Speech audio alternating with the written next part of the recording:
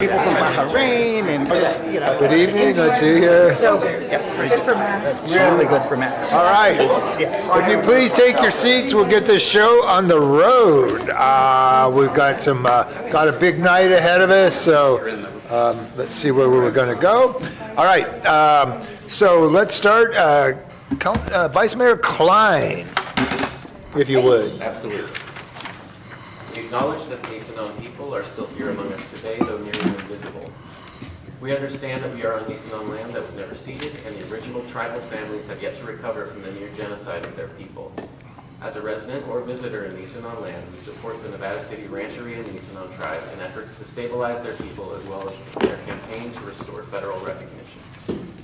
Thank you. Councilmember Fleming, if you would lead us in the Of course. Pledge of Allegiance. I pledge allegiance to the flag of the United States of America and to the republic for which it stands, one nation, under God, indivisible, with liberty and justice for all. Thank you, Councilmember. You're welcome, Mayor. So, roll call, please, Madam Clerk. Councilmember Fleming? Here. Councilmember Cece? Here. Councilmember Fernandez? Here. Vice Mayor Klein? Here. And Mayor Peterson? Here. Is it? They're on. Testing, Okay, testing. So let's move to adoption of the agenda. It's a time for any modifications, changes to the agenda, pull consent items, or do we have any recusals to announce? See none, I'm looking for a motion to approve the agenda. I move that we approve the agenda. Second. Moved by Councilmember Fernandez, second by Councilmember Cece. Those in favor? Aye. Any opposed? Okay. All right, so agenda's adopted. So we got some stuff going on tonight. And we're going to start by a presentation to Peter Van Sant. And there he is. And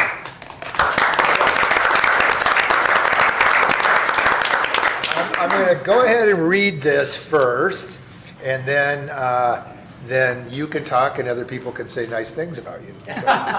Or not. How rare that is, you know.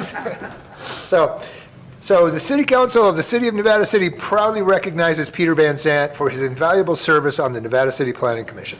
Peter Van Zant's journey with the Nevada City Planning Commission began more than 7 years ago upon his appointment by Councilmember Aaron Minette in June of 2018, and he is the longest currently serving commissioner. Throughout his tenure, he served with dignity and honor, consistently leading by example and demonstrating a passion for Nevada City, its residents, business, and visitors with integrity, professionalism, and a genuine desire to improve the community.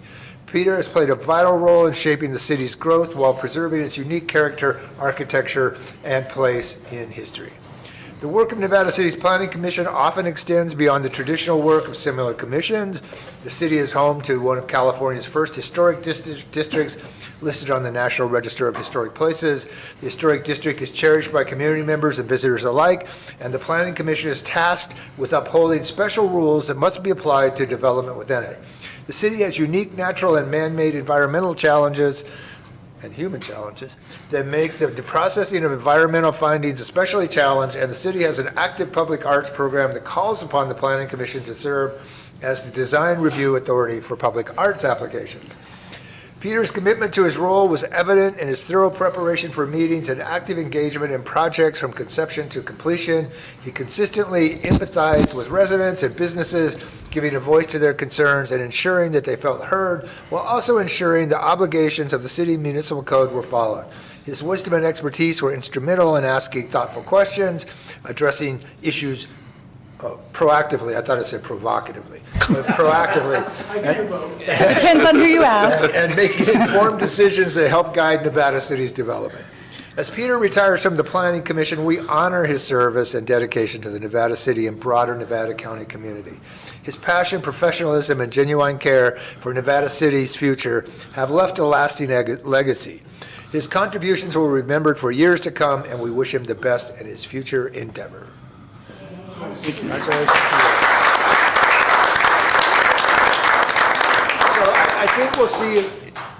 Oh, Lou, did you? I think there are some people here who would like to say additional things about Okay, Peter. let's do it this way. We'll hear from the community first, and then we'll hear from Peter, and then the council will close it out.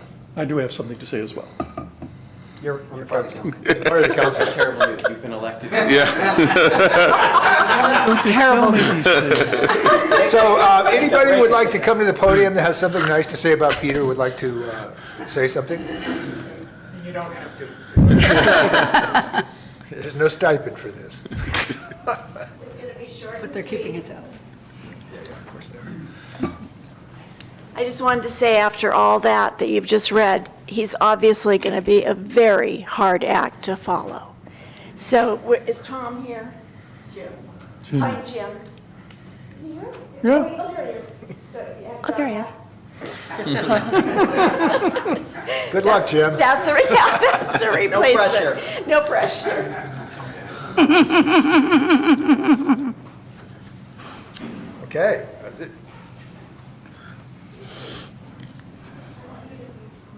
Lori Oberholzer, I'm a past planning commissioner also, so I know what Peter had to put up with for all of those years. And it was a big deal for this city to get Peter Van Zandt, who served 2 terms on our Board of Supervisors representing this district.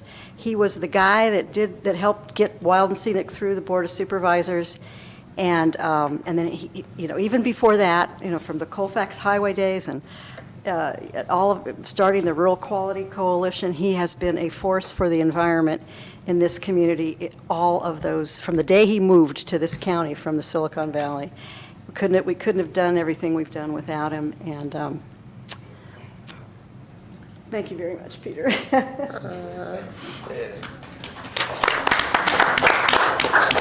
Well, maybe we'll come to the council next. We can say nice things. Lou, Ricky, there good you are. morning. I knew you didn't come here just to admire Hi, us. everybody. Right. I am Ricky Heck. I don't live currently in Nevada City, but I have known Peter decades. You're the first person we met. I think that's true. So Peter and I have a long history of shared values, shared love of our environment, shared political ideologies, shared activism, all of those wonderful things. And I'm so grateful to Peter and all of the work he has done, both on the supervisors, as a private citizen, on the Planning Commission, but most especially, and I brought something to present to him this evening, for his just relentless work on the Centennial Dam issue. Oh,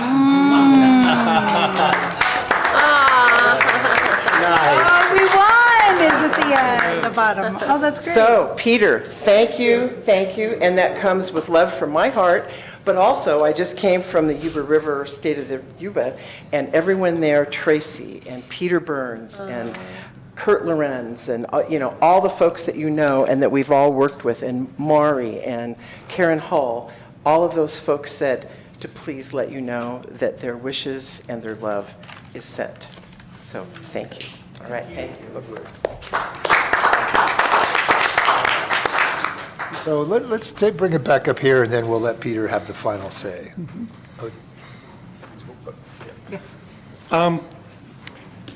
They say if you want to get something done, ask a busy person. 3 years ago, as a newly elected member of this council and a newcomer to local government, I needed to get something done. I needed to appoint a planning commissioner. So I asked Peter Van Zandt. Peter has long been a leading environmental and social activist. He founded the Rural Quality Coalition, as Lori mentioned, which is now Community Environmental Associates, advocated for rural development that preserved the natural environment and promoted quality of life. That led to his election to the County Board of Supervisors in 1997 and to his chairing the board in 1999. He served on numerous councils, commissions, and associations while on the board, including California State Association of Counties, Nevada County Economic Resource Council, Nevada County Transportation Commission, LAFCO, Northern Sierra Air Quality Management District, and, upon appointment by Governor Gray Davis, the California Rural Development Council. And that is just a partial list. Peter was very busy indeed. He spearheaded the effort to secure a state wild and scenic designation for a 38-mile stretch of the South Yuba River. He saw to it that funds were allocated to save and restore the North Star House. He steadfastly supported using county recreation funds to purchase Sugarloaf Mountain. He championed the purchase of Hirschman's Pond.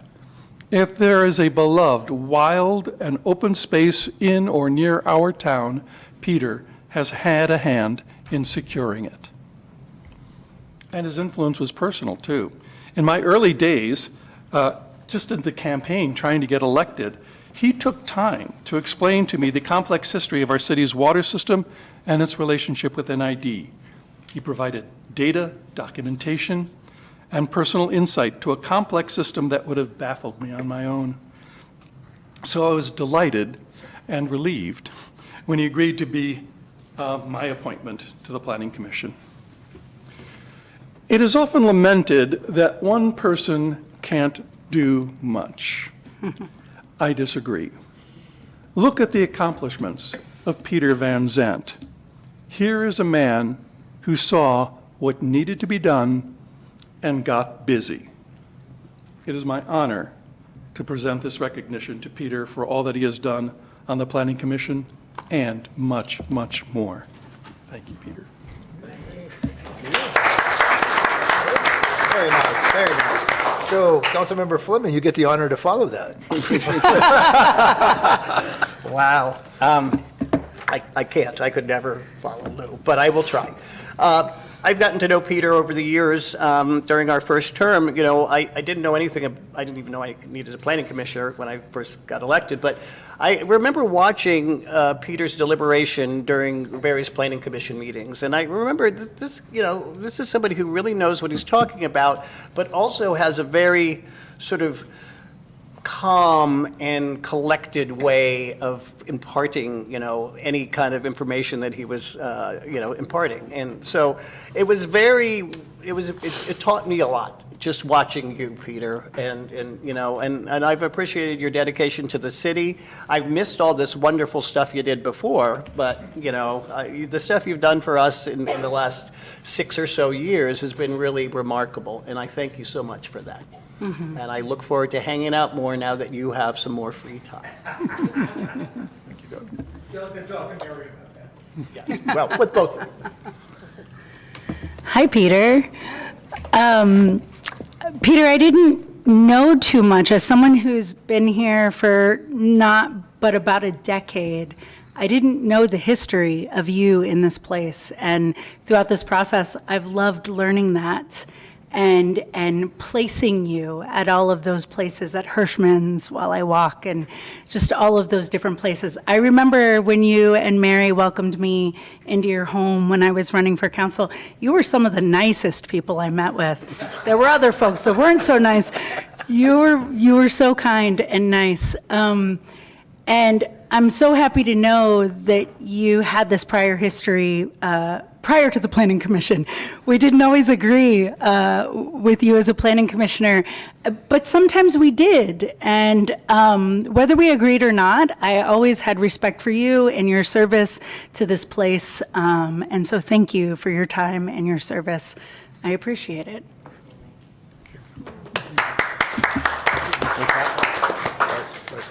Hi, Peter. Like Ricky, I've known you for decades. Isn't it weird? How did we meet, Peter? Because I remember being in my 20s and you and I would talk politics, local and otherwise. Was it Paul Mattson? Was it something else? Mary said it was a high school band. I remember talking to you down. Lego to band in We high spent about a half hour talking, meeting one another down the street years and years ago. There you go.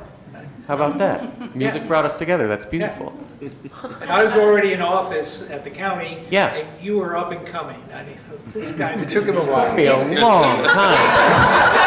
A long time. Keep an eye on this ridiculous young punk. He's gonna. And I was right on that one. Thank you. Thank you. I'm now getting a sense for the exact time commitment you've made in public service, and good Lord, man, thank you. Well done, and congratulations.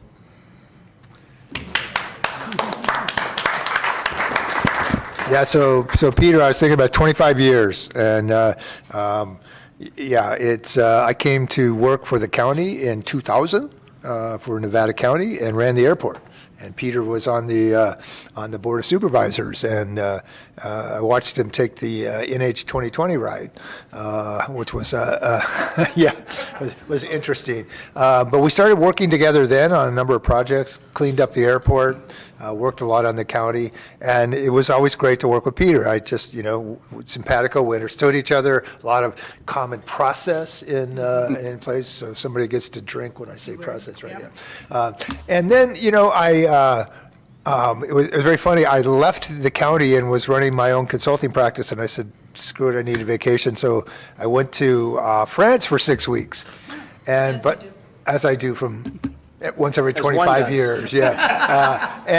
But I needed work when I got back, and I'm trying to think about, I'm going to get work. And this was back before, we had, international roaming on cell phones and stuff, and you could just call anybody from anywhere. And I started getting an email, people saying, Peter's looking for you. You got to talk to Peter. You got to talk to Peter. So I found out how to get a hold of him, and he had a job for me.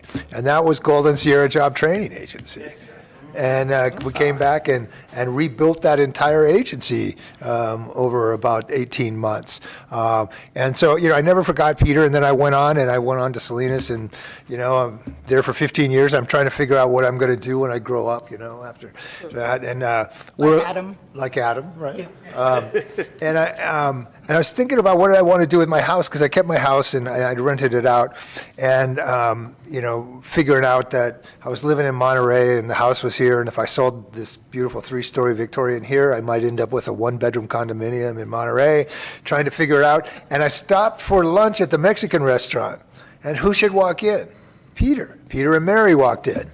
And we talked for a while, and Peter told me he was doing with water, and I was very involved with water and all that. And driving back to Monterey that day, and I was thinking about Peter, and I'm not done working with him. And I knew instinctively that I wasn't done with you yet. And so in that moment, I decided we're coming back. And we started coming back in 2018, and the rest, as they say, is history. So it's been a great track record, and the work that we've done has always been good. The work that you've done has always been good. You understand it, you know what you're doing, and even when you don't, you're really good at acting like you do. So you built a lot of confidence. But Peter, you've been a remarkable figure for all of us, and great contribution to our community. You can't ask for more than that for those who are willingly take responsibility for the quality of life that we have in our community. And you're just an exemplar of that. So thank you. Now it's your turn.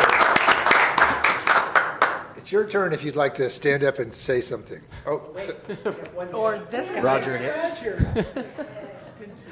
Yes, I would like to say something. I've known Peter for many years.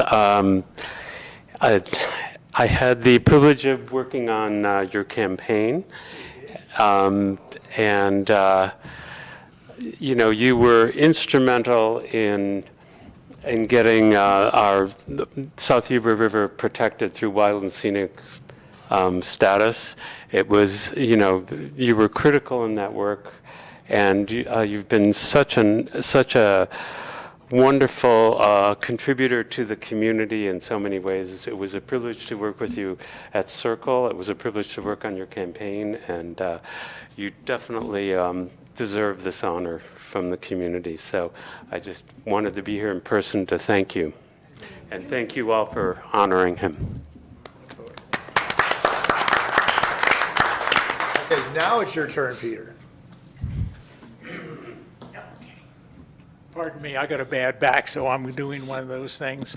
Yeah, I've been at this for a long time, but a little story of how it got started. Mary and I moved to Chicago Park some 30 years ago, and I came from Silicon Valley.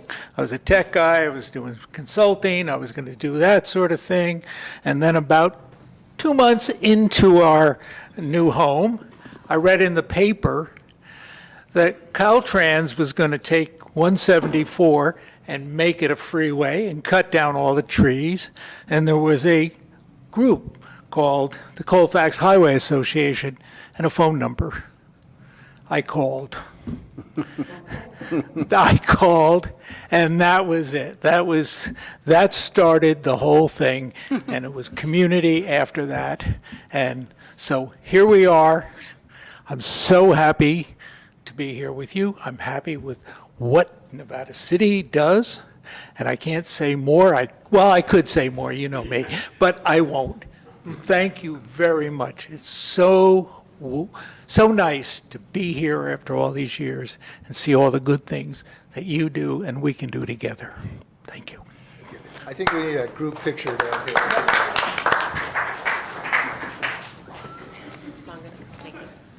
Here comes the assistant city manager with his camera. The photographer in chief. Where are we going?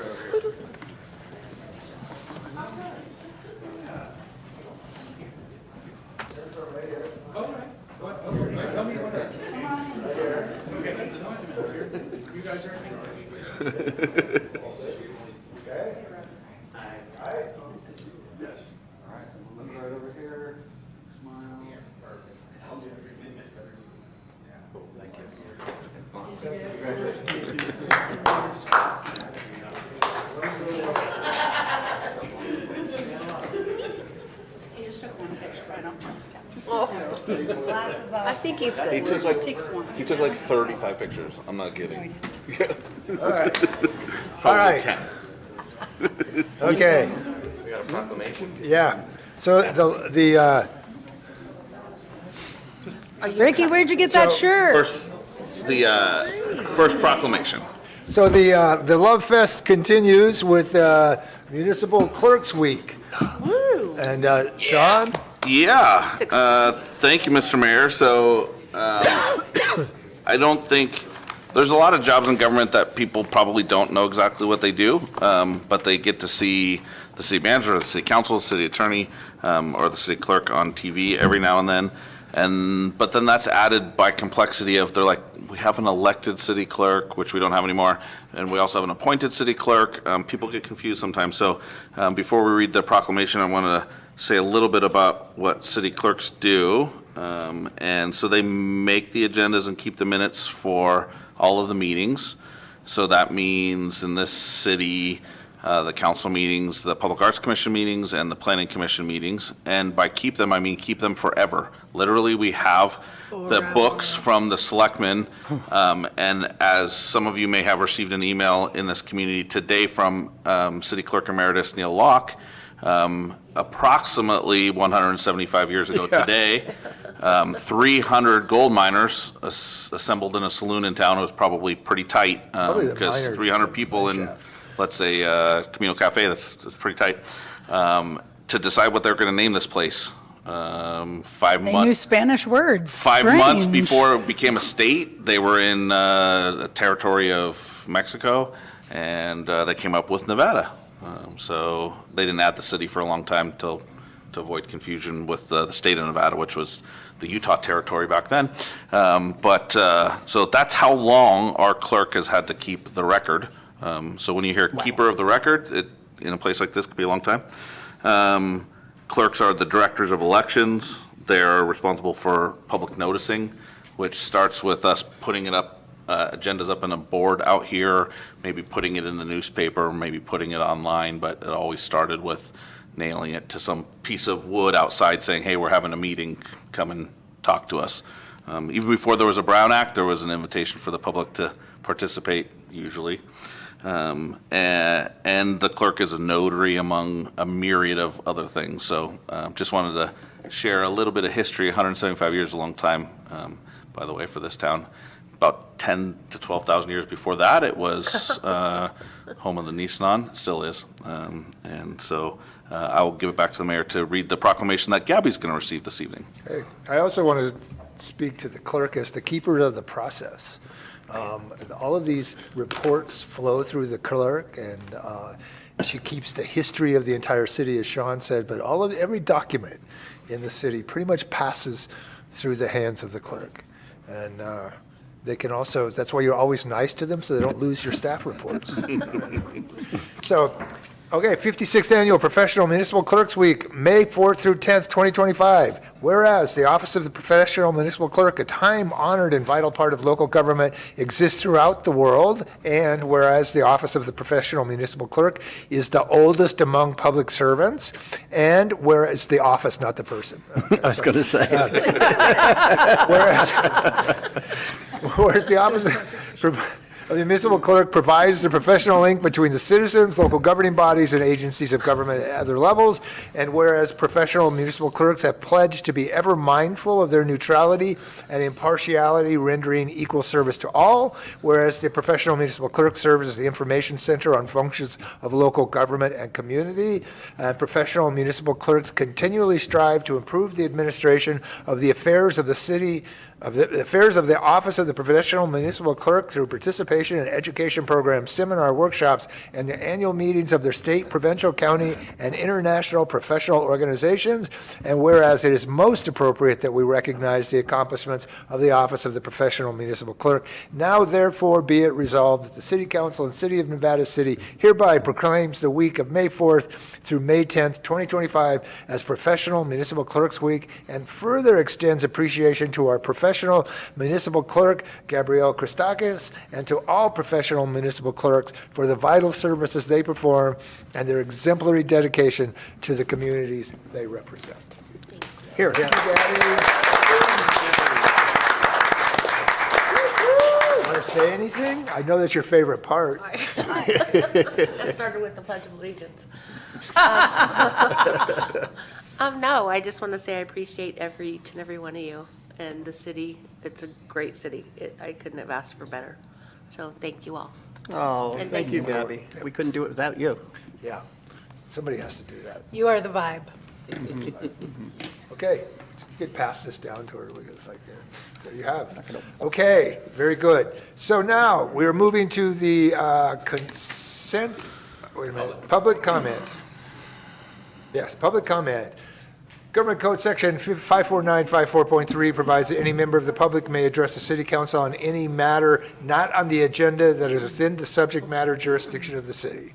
Okay, Pamela and I almost didn't get here because there was a truck parked right by the Tinnery, and I've heard this from so many people. You guys need to make the little area right by the Tinnery on York Street no parking, because you cannot fit, but it's dangerous, so. Can you be more specific?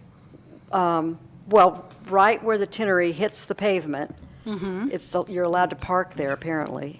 No. Oh, okay, well, then the police need to get on that, because every time, Yeah, you can't squeeze through there. every time I go down there, there's somebody parked there and you can't squeeze Every through. time? I've never seen a car park. Wow, really? Yeah. Well, there just was tonight, so. Okay, well, it would be great We'll to take a look at get it. the police on it. Okay, thank you.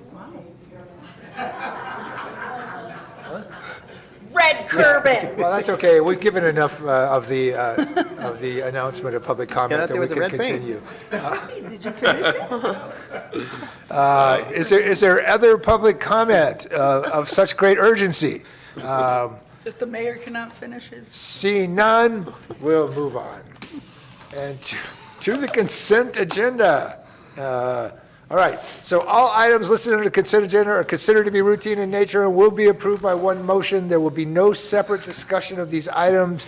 Before we take action on the consent calendar, we will hear any public comment on consent calendar items only. Do we have any public comment? See none.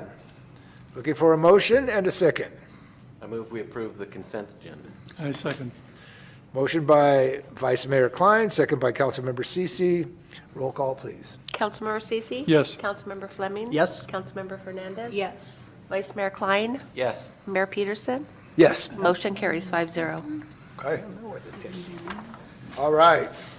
So on we go it's public hearing night here tonight at the City Council meeting in Nevada City. So we'll begin first by conducting a public hearing in consideration of ordinance 2025-04, an ordinance of the City Council of the City of Nevada City, State of California, adding Chapter 8.38 of the City of Nevada City Municipal Code regarding foodware and food packaging.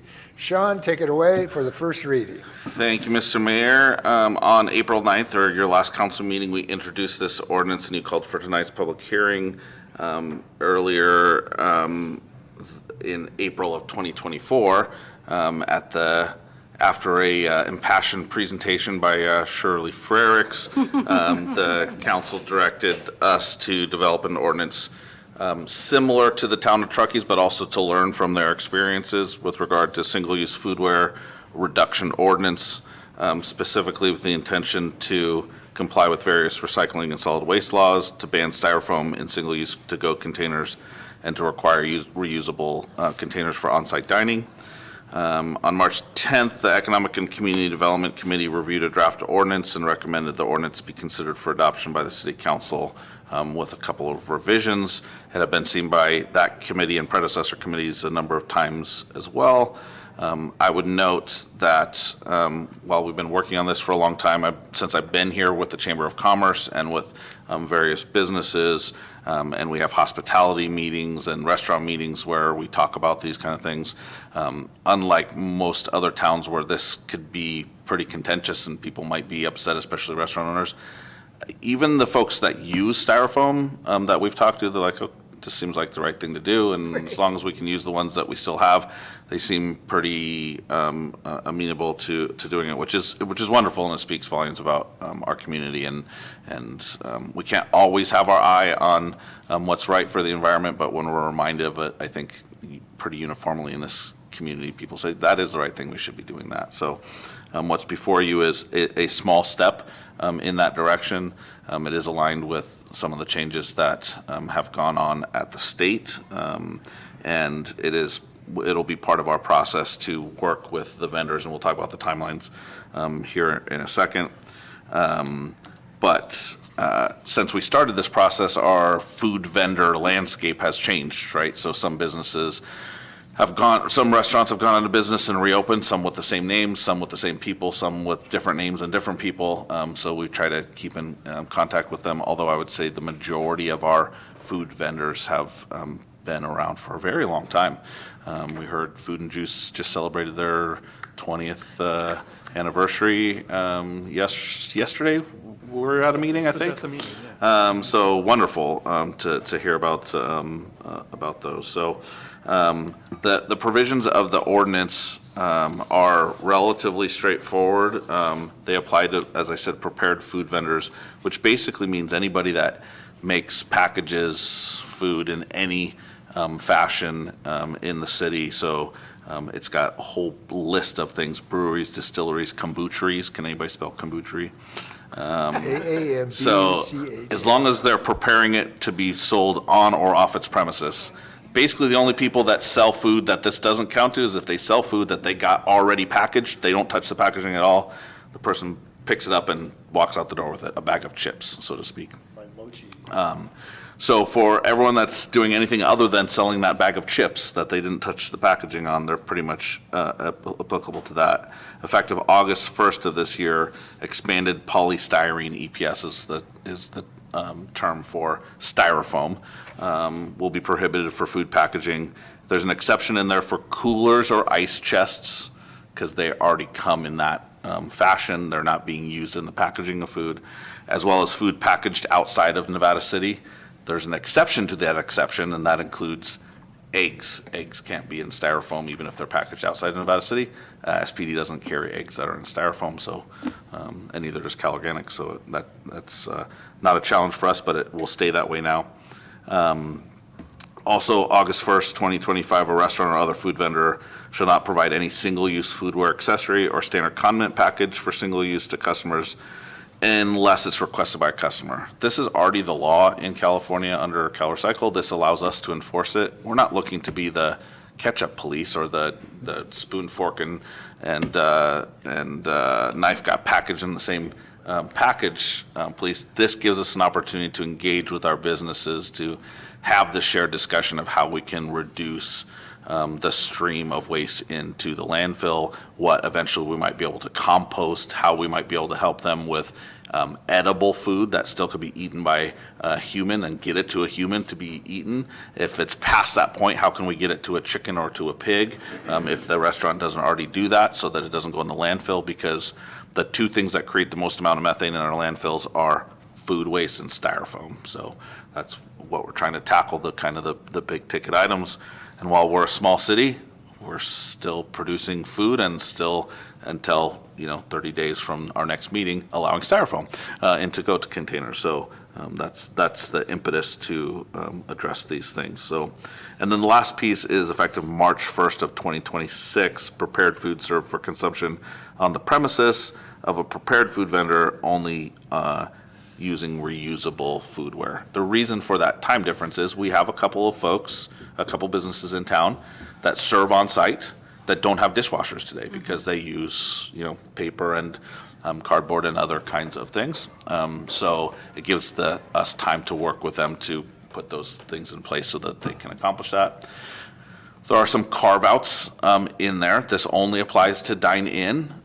So there's only one pizza place left in the historic downtown. They don't do dine-in, so it would not apply to them because they're not serving their pizza for dine-in. So they can give it to you on a paper plate or in a cardboard box. You have to ask for the cardboard box. The exclusive pizza plate. We used to have a lot more. It also doesn't apply to places that don't have permanent seating. So even if a food truck comes in for a special event and has tables and chairs next to the food truck, it's not a permanent seating environment, so they won't be required to, although they won't be able to serve on styrofoam because they're still a food vendor.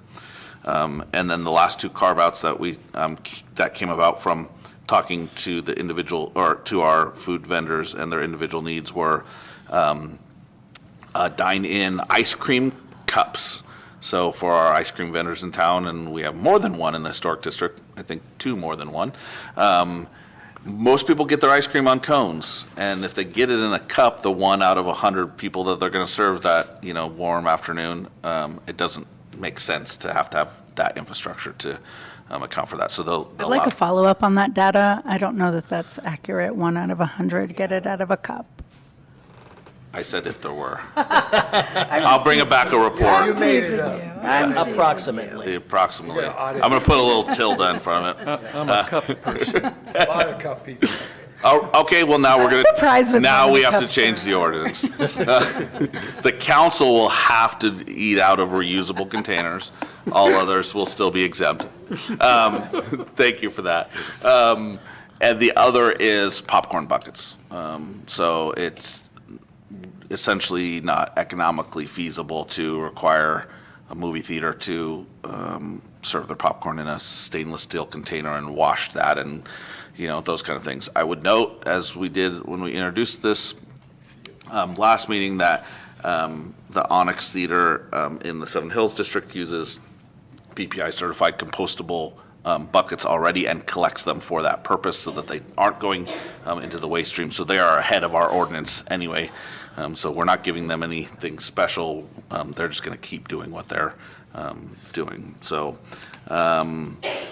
staff would request that you conduct a public hearing after taking any public comment, hold first reading, waive reading of the ordinance in entirety, read by title only, and need to schedule the second reading on May 14th. The ordinance will go into effect on June 14th, which gives staff from May 14th till August 1st to work with all of our food vendors to ensure that they can easily achieve compliance starting then. If they already have styrofoam, and we started with a number of vendors that were using styrofoam, they have whittled down and stopped using them, and we appreciate those of the ones that we know that are left. They'll be able to use whatever stock that they have on hand after you pass this law, and even after the August 1st if they still have on hand, because that would be even less good for the environment to take something that already used up that carbon footprint to manufacture it and then say you can't even use it for its final destination, put it right in the landfill. So it wouldn't be financially appropriate for the businesses or good for the environment. So they'll be able to use whatever they have on hand. They just can't buy any more of the styrofoam. And so we'll work with those businesses and the ones that already comply for all of that between May 14th and August 1st. And that is all I have on this item. Okay, so open the public hearing and then take comment. Is that true? You're the boss. Until I do something wrong. And then I'm the boss. You haven't done anything wrong. Good. We're going to open the public hearing, and we will take any public comment on this item at this time. Seeing none, we'll close the public hearing. Council member comments? Sure. Wow, I love, they say that government moves really, really slowly, and it does a lot of the times. But I think this is one of those instances where I'm grateful for the pace at which we've moved. This ordinance was a conversation my whole term as mayor and before that, and then obviously since then. And we are still giving folks until August to come into compliance, and I love that process with our community and our businesses, and bringing them on board and initiating conversations. And I support this. I think this is exciting, and I think this is one of those instances where a lengthy process has really served us and will serve the businesses and also the consumers. Nice. Other comments? I just want to say I appreciated this process and allowing for the carve-outs that make sense. We're a small enough community that we can ask everybody, how's this going to affect you? And things like the ice cream shops and movie theaters, it would be ridiculous to ask them to install a dishwasher and have aluminum tubs for popcorn, that kind of thing. And as you said, they're already ahead of the curve there. So I just appreciate living where we live and being able to be that responsive as a government and make it make sense where we can. Thanks. Thank you, Vice Mayor. I like that we can be environmentally sensitive and still business forward. Yeah, very, for sure. Yeah. Councilmember Fleming, you got anything? I think it's, this is Nevada City. This is what we stand for, these kind of decisions that we make. I think as long as we're not cannibalizing our businesses, I think this is a wonderful thing. And I think that there was a lot of effort to make sure all the businesses, were adhered to and their concerns taken into consideration. So I'm a big fan of this. Yeah, okay, thank you. Excellent process. So yesterday was Earth Day? Which day was Earth Day? Today? Yesterday? Yesterday. Close enough. This is our Earth Day gift, so. So, all right, with that, I'm looking for a motion, and that motion would be to hold the first reading, waive reading of ordinance in its entirety, read by title only, and schedule for second reading and adoption on May 14th, 2025. So moved. Second. Moved by Councilmember Fernandez, second by Vice Mayor Klein. You gonna read the title? Here we go. Purple coat and everything. Ordinance 2025-04, an ordinance of the City Council of the City of Nevada City, State of California, adding Chapter 8.38 of the City of Nevada City Municipal Code regarding foodware and food packaging. Roll call would be appropriate at this point. Thank you. Roll call vote, please. Councilmember Cece? Yes. Councilmember Fleming? Yes. Councilmember Fernandez? Yes. Vice Mayor Klein? Yes. And Mayor Peterson? Yes. Motion carries 5-0. Thank you. All right. Next up, that's it. It's public hearing night. Evan, I had this really strange experience of watching you walk across the street in gym clothes. Was that what? It was like, Sorry, you don't have to apologize. He's a track coach at a local high school. I know, but it's just startling. That's all. People out of context in this town is a thing. Shocking. Yeah. Where are you a track coach? Oh, And nice. even though That's anybody awesome. can wear anything or not anytime they want in this town, it just stood out. It's smart. All right, so continuing public hearing night at the Nevada City Council. Conduct a public hearing in consideration of ordinance 2025-02, an uncodified ordinance of the City Council of the City of Nevada City to designate fire hazard severity zones. Evan, take it away. Good evening, Council. Honorable Mayor, thank you for having me. You might remember last meeting, we scheduled both of these public hearings. I will give a brief overview of this first one. It is adopting the maps that we spoke about. So these are the hazard severity maps that come down from the state, that is data-driven, and, designates the fire hazard in certain areas. For us in Nevada City, things have not changed. We were very high, we remain very high. It is part of the requirements of this process to make them available to the public and adopt it and submit it to the state thereafter. So we've made it available to the public. It's been on our website since end of January, and the Fire Safety Advisory Committee has also reviewed these maps, recommends adoption, and I have received, really, as I stated last meeting, no public comment except from folks outside of Nevada City, just questions about how it might affect them, but nothing from Nevada City proper residents. Still open to hear any comments that they might have or comments you might have. But tonight, the objective is to hold the first reading, waive the reading of the ordinance in its entirety, and read by title only, scheduled for the second reading and adoption on May 14th. We will cover the second piece in the next item, but this item is to adopt those maps, and happy to take any questions about that. Thank you.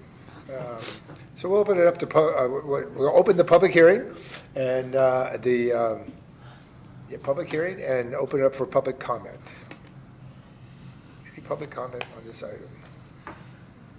Good, I'm going to close the public hearing and come back to the council. I'll go to my colleague on the Fire Safety Advisory Committee, Councilmember Cece. Not really a comment on the process. The process seems to be working well. We've been notified what the severity zones are. We can't lower the severity zones. We can only increase them. And the map is very clear except for this one little divot right, near Gold Flat Road, which has got a little section carved out of it, and I don't know why, but I don't suppose you know why either. On Gold Flat? It's a local responsibility area fire hazard Could be severity zone. Caltrans lot or? Over here? This seems to be a little chunk of the highway. Yeah, you're talking about inside the map, it's directly, it's to the right of the word Searles Avenue? Yeah. Mm-hmm. Yeah, that is, it's representing that portion of the highway is not local responsibility area, it's state responsibility area. Oh, that tiny little strange shape? Yeah. Okay, good. That's the only question I have, and I think it's the only question anyone would have with these maps, but I could be wrong. They're all still red. Other comments? Comments? One of the only things that I thought of is that, I understand the need for grants and all of that, and it might impact insurance in a positive way. Could it impact, people in a negative way by having a new designation as living in a very high severity, fire severity zone? Are the insurers going to go, hey, you live in a, and is it going to backdoor us and cause problems? Has anybody looked into that, or do we have any It hasn't thoughts? changed. What? For Nevada City, nothing has changed. Nothing So has we remain completely the same as the last round. All red. It's all red. But anyway, it's not going to cause any problems with the insurers.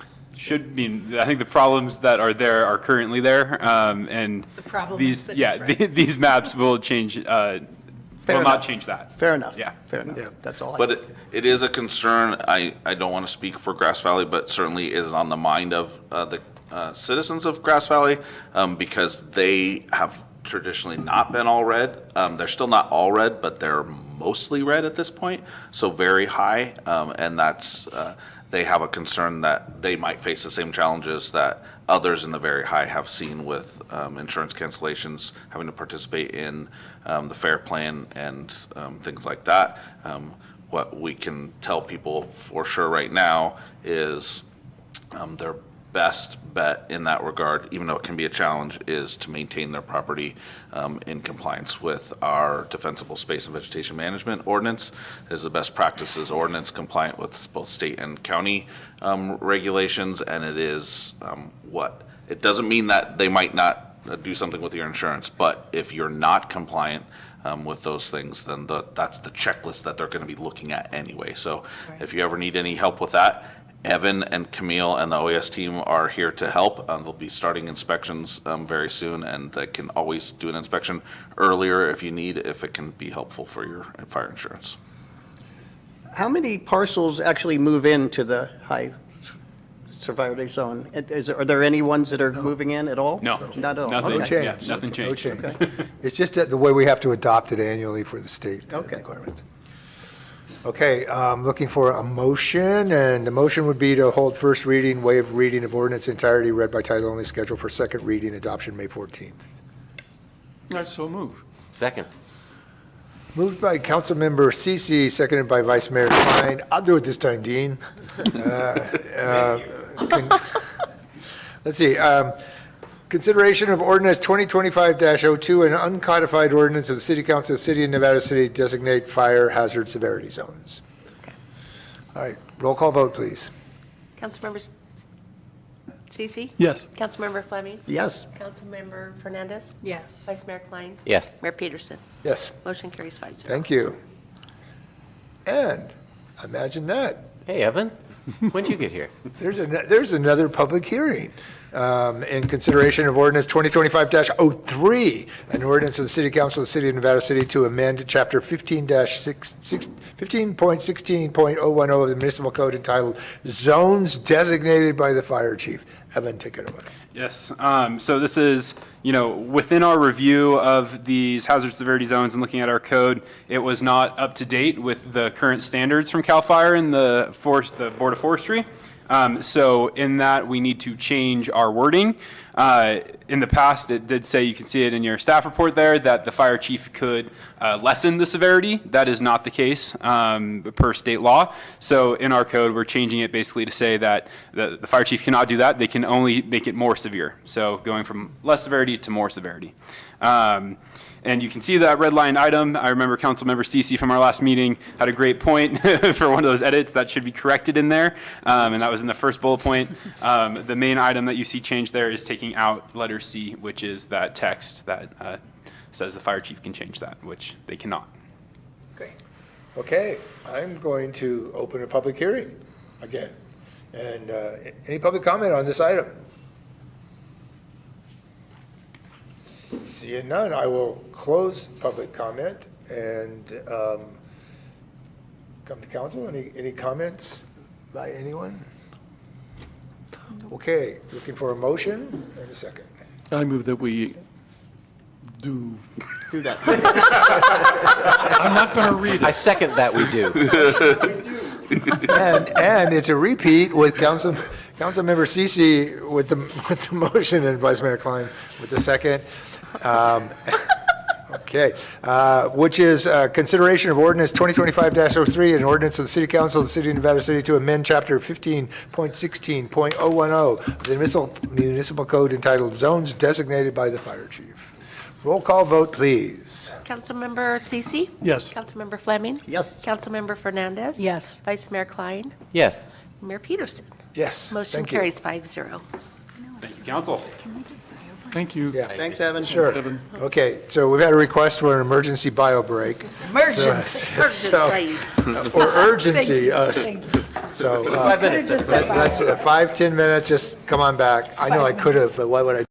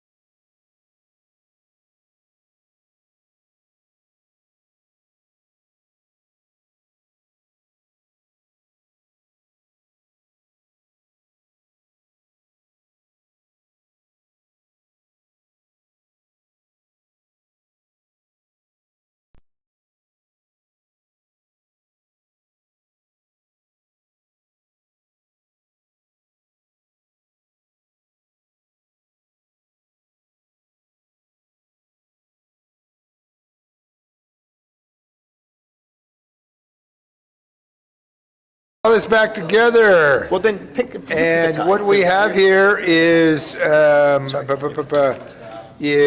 consideration of the introduction of a draft ordinance that will result in a public hearing, but it's not a public hearing yet. So consideration of the introduction of draft ordinance 2025-0X, an ordinance of the City Council of the City of Nevada City, State of California regarding adding Chapter 5.40 of the City of Nevada City Municipal Code regarding transient rentals of residential units.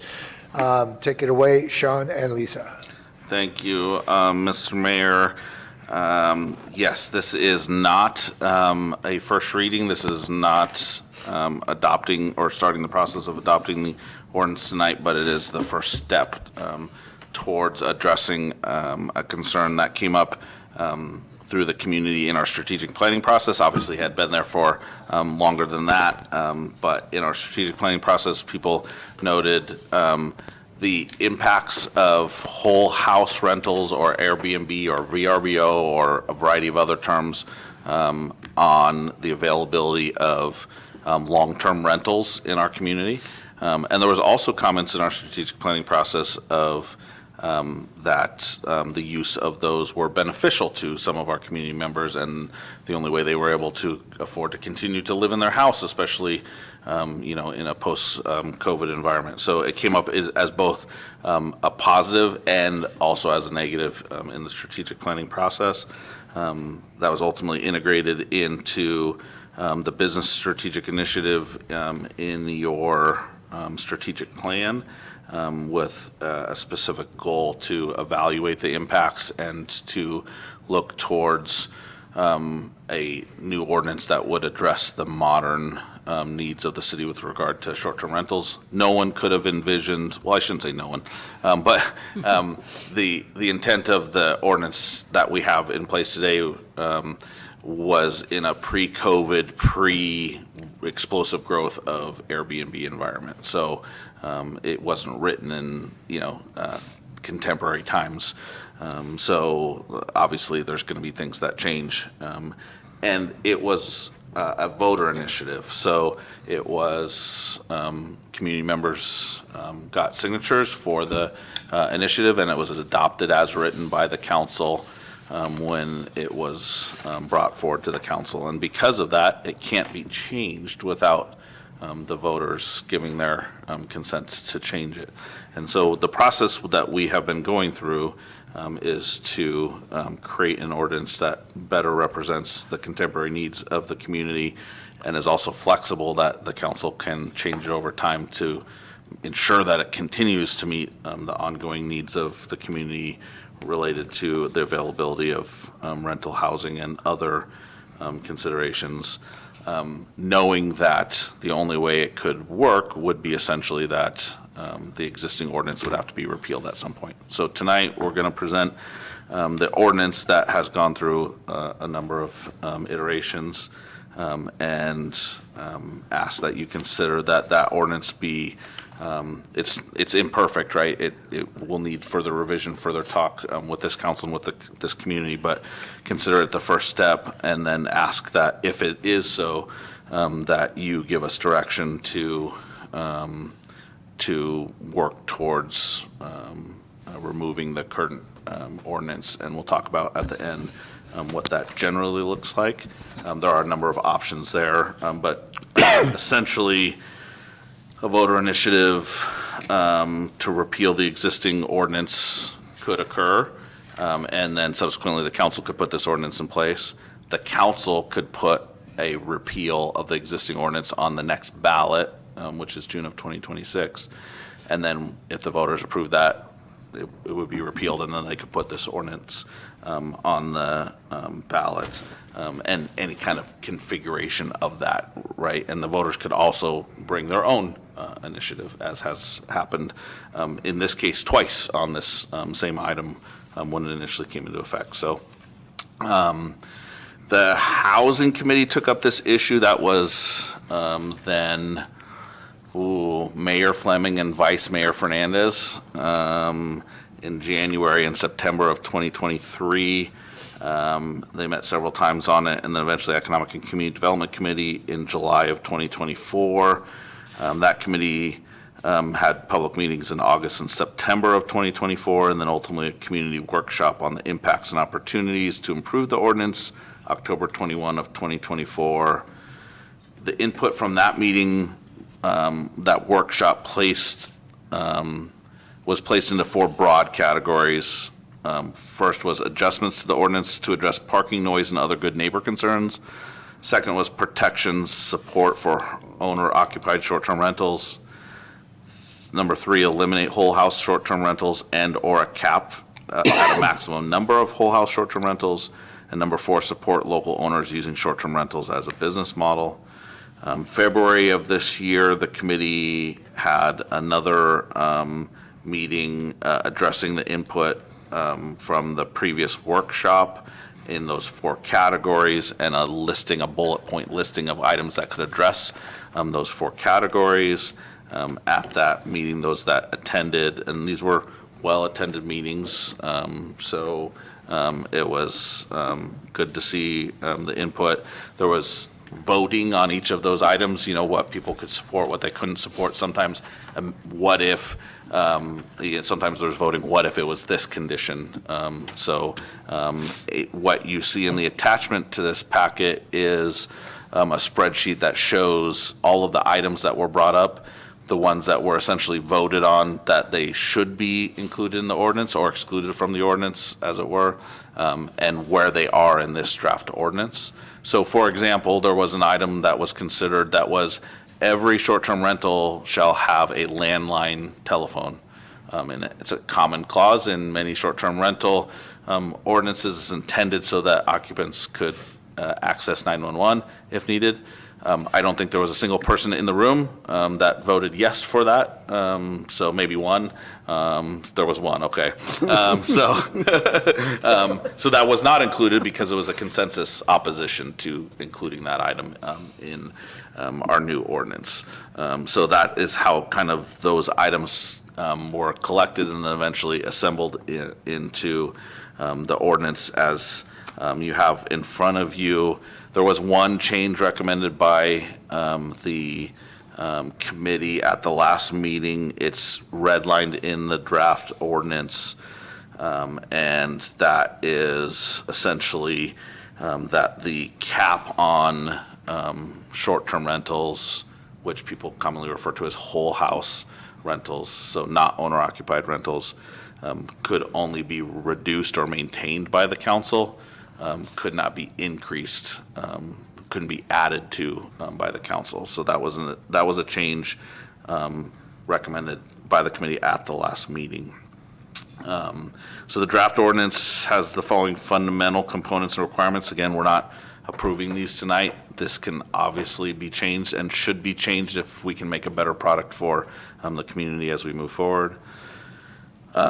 There's a lot of definitions in the ordinance. Our current ordinance has some definitions and is missing some definitions. And as we went through this process, the words used more frequently brought up because it was the intent, or as I understand it, it was the intent of those that put the ordinance in place that we have currently to prohibit whole house rentals so that you could only do 1 or 2 bedrooms of your house.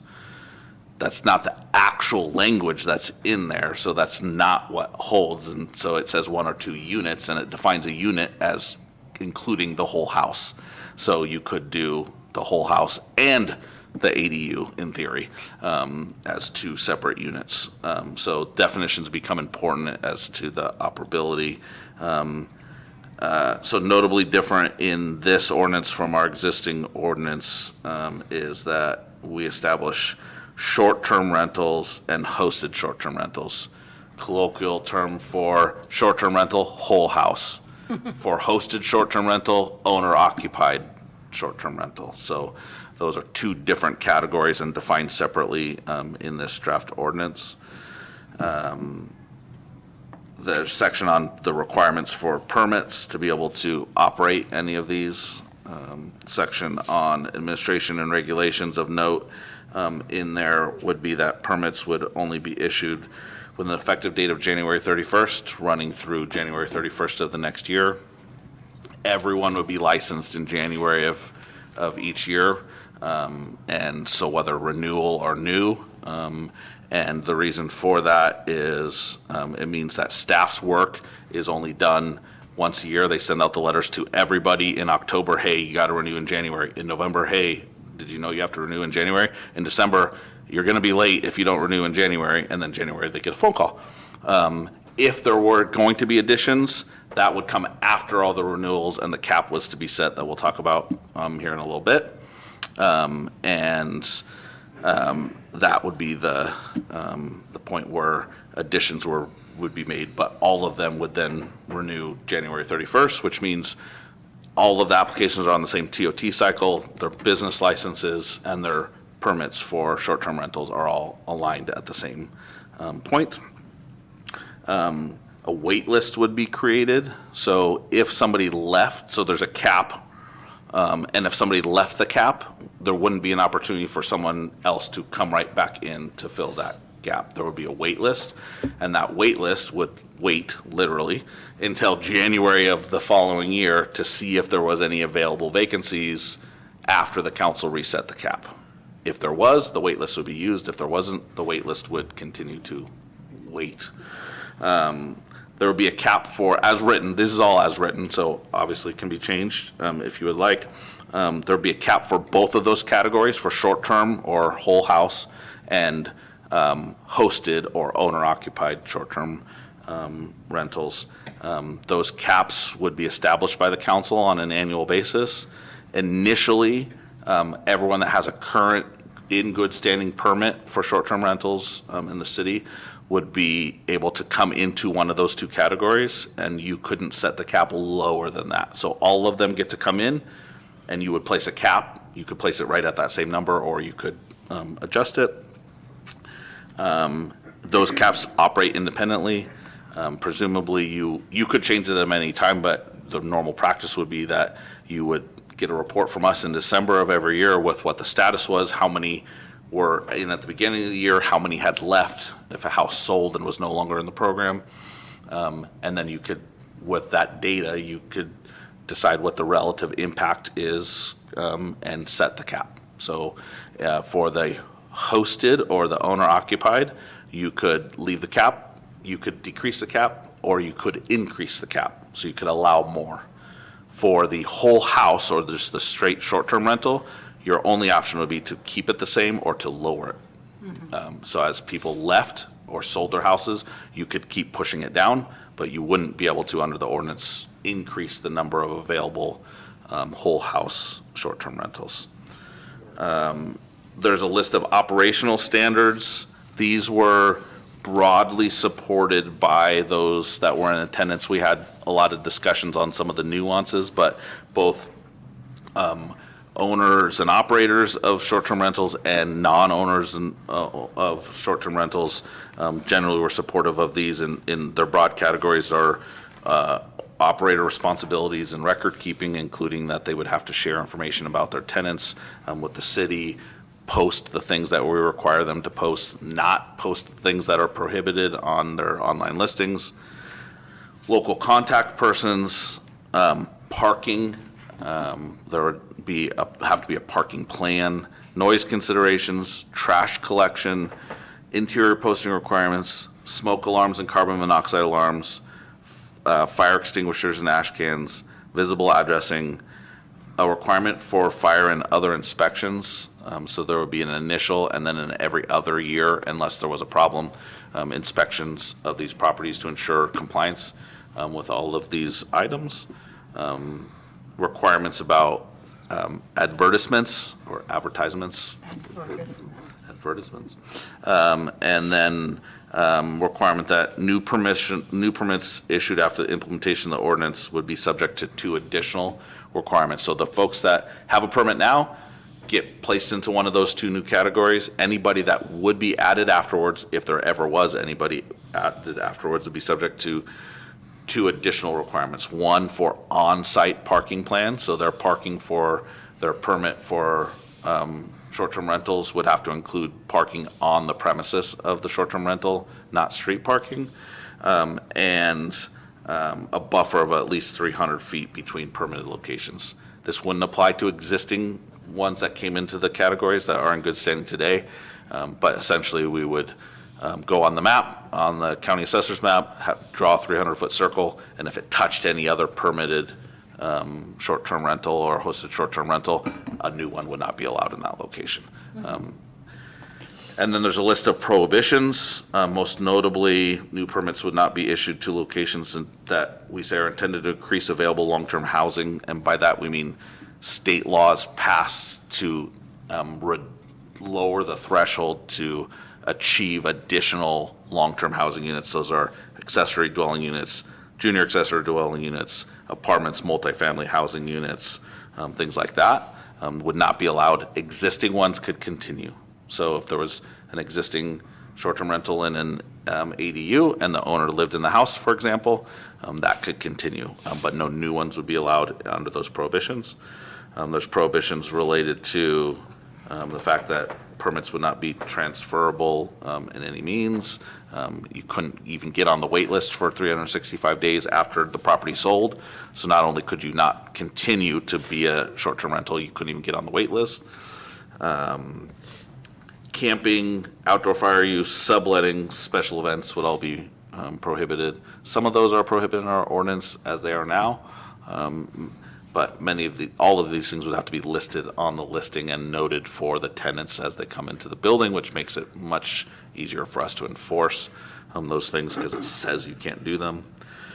Across all of the committee meetings, there was over 150 attendees with a broad range of input, and the draft ordinance was an attempt to include as much of the consensus items as possible in there. So the next steps before I give it to the committee to share their trials and tribulations in going through this over the last decade, no, it's only been 2 years, is the You've been talking for a decade. the next steps to implementation. I mean, Paid by the it's word. paid by the word, exactly. So Lisa will answer all of your questions, and she'll do it much more succinctly. It'll be amazing. After you have this conversation, have the community provide input. What staff's recommendation or what my recommendation living through this process with the subcommittee would be that you would direct us to prepare this measure, in other words, bring it back to you to refine it, to be placed on the June 2026 ballot. The measure would be to repeal the existing ordinance, allowing you to adopt this ordinance, which would no longer be a voter initiative, which means if we forgot something, you need to change it, you could. And anticipate that there may be voters in the community that will likely take that up earlier, the repeal initiative earlier than the June 2026 ballot. So that means we have to prepare this ordinance to be ready for that potential, so that if it were repealed, they could immediately go into place. I will leave it there. I'm sure there's a lot of, I know there's input from the community. There's written comments as well in the back of your packet, and we'd be happy to answer any questions about the process, about the draft ordinance as written, and thank you to Vice Mayor Klein and Councilmember Fernandez for living through all these meetings with us, and a huge thanks to Lisa, who didn't know what she's getting into when she joined this part of the team, but has been amazing. Yeah. We would be remiss in not thanking the community for their enthusiastic participation as well. Okay, going to go to the committee next. Yeah, that'd be great. Thanks. Sean, and also a tremendous debt of gratitude to you, because I made a joke about you speaking for a decade, but your brain on this is so necessary. You're so smart, and you cover such a wide swath here, and it's totally necessary. So thank you for all of those words. You got your pay tonight. You mentioned 150 attendees. Thank you for keeping track of that. I just want to name that, when we sit in this room meeting after meeting, and there's 150 attendees. I imagine there's over 200 attendees that span my trips to SPD and my having a beer at the bar at Three Forks, and all the individuals I meet in the public that also comment on this. And so it doesn't stop just in this room. And I just want to acknowledge the time and care that's already gone into getting us here.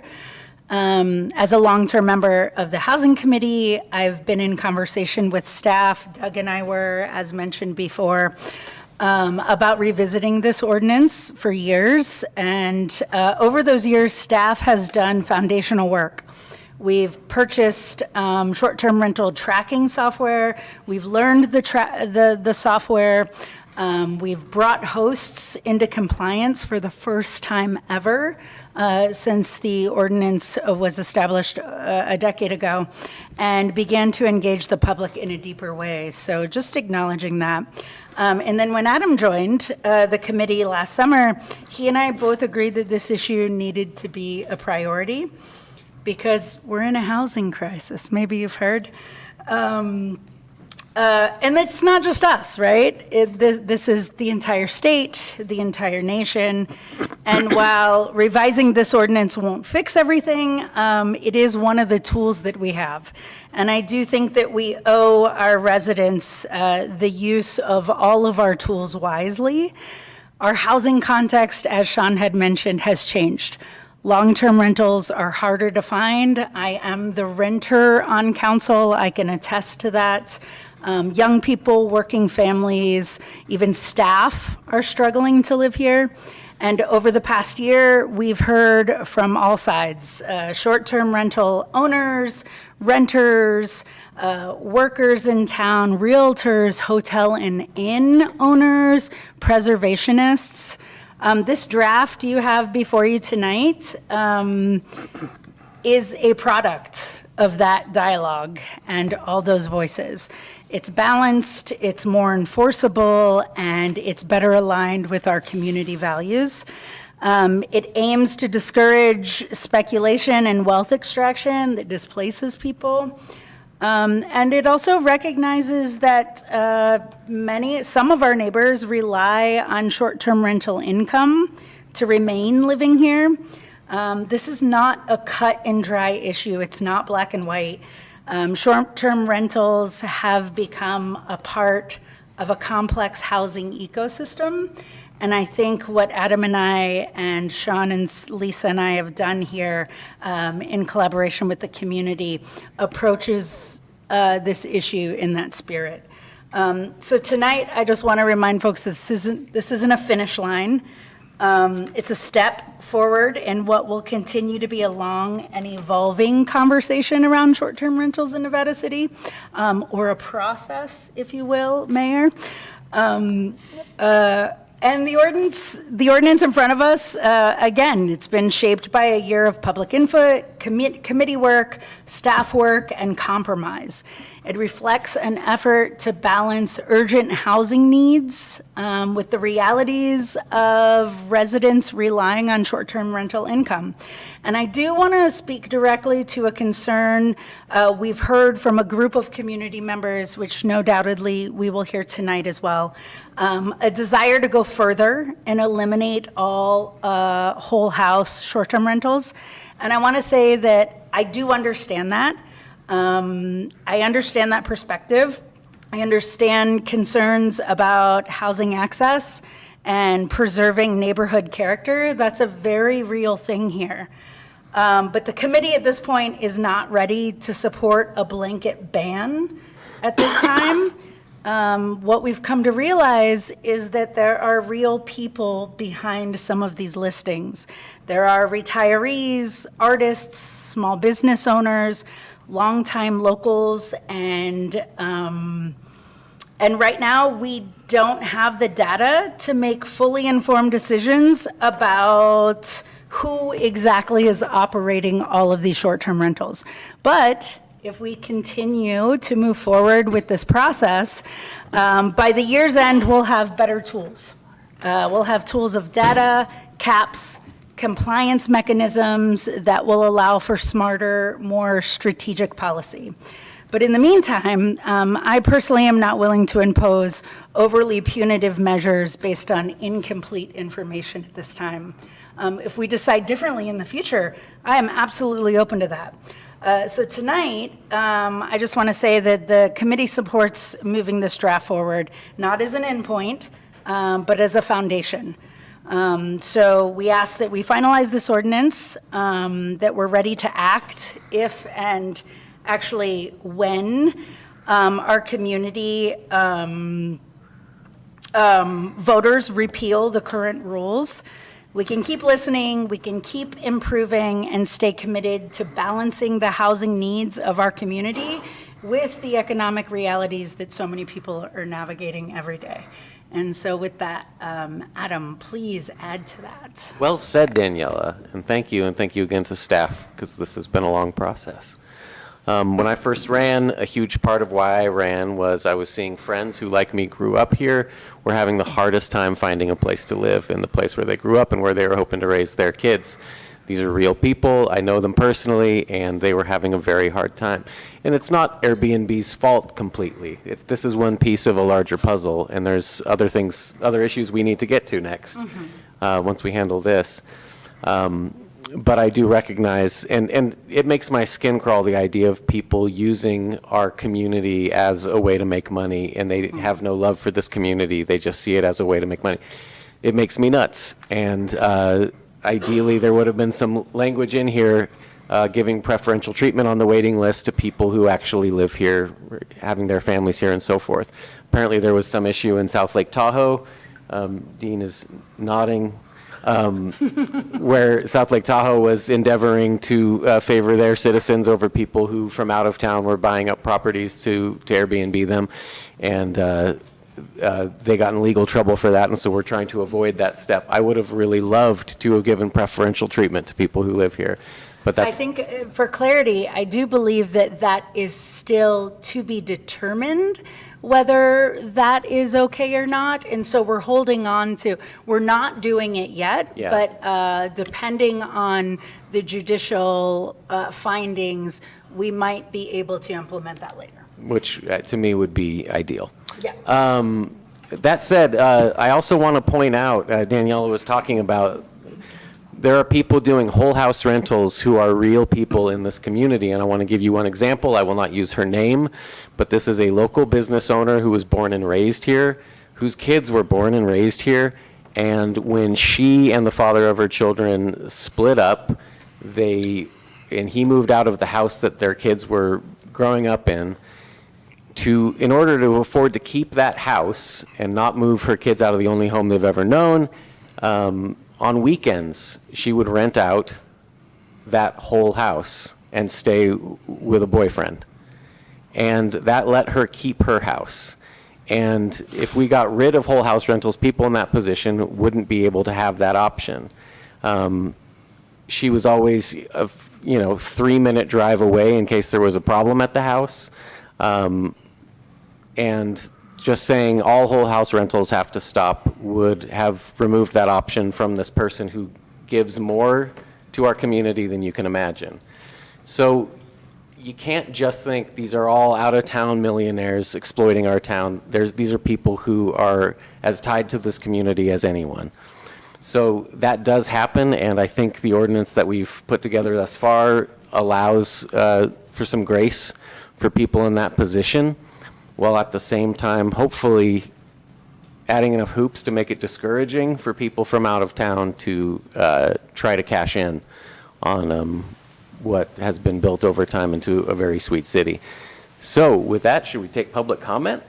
We should ask the mayor what Hey, he Mr. wants Mayor, to do what do you next. think? What's your process? What? Are you a process guy? Okay.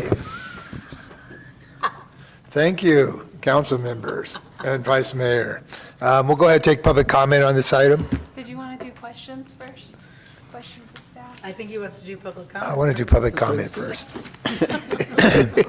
Public comment's now open. Yes, come on up, right up to the front, right up here.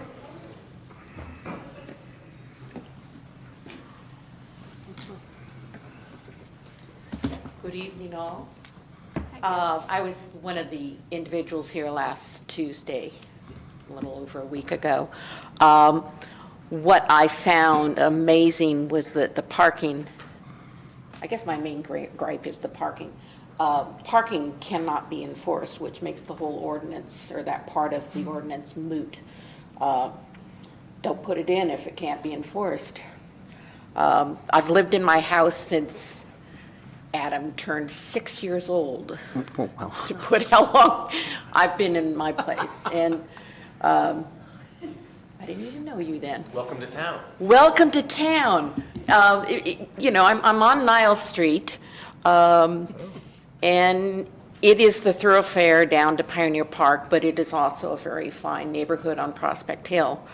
And the problem with not having, or the problem is I have an Airbnb, a whole house rental across the street. I have never, nor have any of my neighbors, been given their good neighbor contact from the person who's running it, and the owner of the house actually lives in Tahoe, so he's not a community person. So the problem arises in our neighborhood because they will be part of the old ordinance, not the two parking place off the street with the new ordinance, that we will get anywhere between 3 and 5 people, and sometimes 20 people, because they do hold events. I also live on a street where there's parking on only one side, and there's signage on the other so that says no parking, but out-of-towners don't really care. So it becomes a problem for people that do need the street to park. I'm lucky I have a driveway, so that doesn't affect me, but I do feel for these people that, you know, it's like, well, where am I going to park? So I think within this ordinance, there needs to be an enforcement plan. Who will be enforcing the plan? What days will the enforcement take place? How will the enforcement plan be carried out? And what are the consequences of ignoring the enforcement? Without the plan, the ordinance, or anything having to do with the parking restrictions in accordance with the whole house rental, simply remains moot and lip service alone. Thank you. Thank you. Thank you, Gail. I'm wondering if you're going to wear out your sidewalk from the sweeping that I've seen you doing for decades and decades and decades. You know that's law that I have to keep it up. I see you out there doing it all the time. I do too. Best kept piece of sidewalk in I see town. what you do. Thank you. But Hi there. Thanks so much for all of the work, Lisa, Sean, Daniela, Adam. It's been a pleasure to be part of it. My name is Kathy Dotson. I live on Orchard Street here in downtown. I've lived in Nevada County for 31 years in June. I am a short-term rental owner. I have been for 10 years. And it was me and a small team of people who put that original ordinance together. It was not an easy situation, nor did we think that it was going to be perfect forever. So I am here to wholeheartedly support the work that the team has been doing, including the community members. I feel like the input has been needed for 10 years, and it really makes the ordinance and the whole program and looking at it a much tighter, cleaner situation. I want to give kudos again to the city. I mean, when we dropped it on the city 10 years ago, we're like, okay, this is your job now. And there was no infrastructure, none whatsoever, to take on even receiving TOT tax. And so it's great to see this finally happen. As a member of Nevada City and a small business owner, it is really important that we do this. We know that there are problems. I'd like to say that, and I remember when we went through this 10 years ago, my neighbor across the street, even though he didn't agree with what I was doing, he called me the poster child of short-term rentals because I was doing it correctly.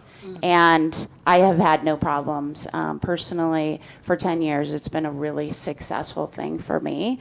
Would I love to give it up so I wouldn't have to do it in my retired world eventually? Absolutely. But right now, my family relies on it. I am one of those members of the community that has made it into something that It's part of my income for the family, along with 2 other jobs that I have in Nevada County. So I am here, though, to not only support this newly crafted ordinance, but also to let you know that I, along with others, will be pursuing a voter initiative to repeal the existing STR ordinance. We feel like, and listening to everybody talk about it in the last few months, there's an urgency. And I feel like the city has really stepped it up very, very quickly. So why wait until next spring, next fall, whatever? As far as I'm concerned, this just needs to get passed. And so it's my intention to work with a small group of people to get the signatures needed to make this into something that we can actually use and continue on with. I want to point out, and I said this during a couple of the meetings, that this is not a fight. We had to do a fight back 10 years ago. Ooh, am I done? Go ahead and finish your thought. So this is a win-win situation. This is a win-win on so many different levels for us as short-term rental owners, for the city, for merchants, for the people who need more housing. And hopefully by having that cap, it's going to provide that win-win situation continuing into the future. So again, I do want to thank everybody. And can I just point out just one little We need thing? to wrap it up. One little thing. Very quickly, please. Yes. So it was never our intention to have whole house rentals. Never, never, never 10 years ago. Somehow over in the 10 years is that term whole house rental has gotten convoluted. I have a 325 square foot thing a unit that I rent out. It is not a whole house. Okay, I'm going to ask you to. Yes, You're well over your time. So again, Thank you for your so comments. much, Yes. and I'm here for questions and more input if needed. Thanks a lot. Thank you. Thanks, Kathy. Hello, Lori. Lori Oberholzer, 310 Nevada Street, and I'm representing Nevada City Neighbors. We're the people that ran the vacation rental initiative last time that would have not allowed whole house ones because we didn't think the host one went far enough. So here's what our requests are as far as changes to the ordinance, the draft ordinance. We'd like to see you phase out whole house vacation rentals over a 5-year period, which we think is quite generous. Now, many of those are ADUs because an ADU is a real, Lisa will tell you, it's a real unit with a kitchen, and they're supposed to have people, living in them long term. So many of the whole house ones are ADUs. We think that they should have a more lenient phase out so that when the current owner of that ADU unit who's living in the primary house like Kathy does, that permit will be retired when that owner sells the property. So it would probably be longer than the 5 years. So that addresses Kathy's situation. We hate to lose those ADUs. They really should be long-term rentals, but we think that's a fair compromise, as we think the whole house prohibition is also. We have found that most of the whole house rentals are actually owned by people who own 2 homes. Maybe one's in Marin County and one's here, and this is their investment home. And then a lot of them are also ADUs, so that seems to be the most of them. We also think that, of all the input you've gotten, that most people are saying they don't want to see the whole house ones. And we do believe that they are the real problem, which is why we are okay with the hosted STRs, because those are the ones that our neighbors are living in. We have somebody living next door in that house renting out 1 or 2 bedrooms. That's the kind of thing we're looking for. That's a very Nevada City-ish solution.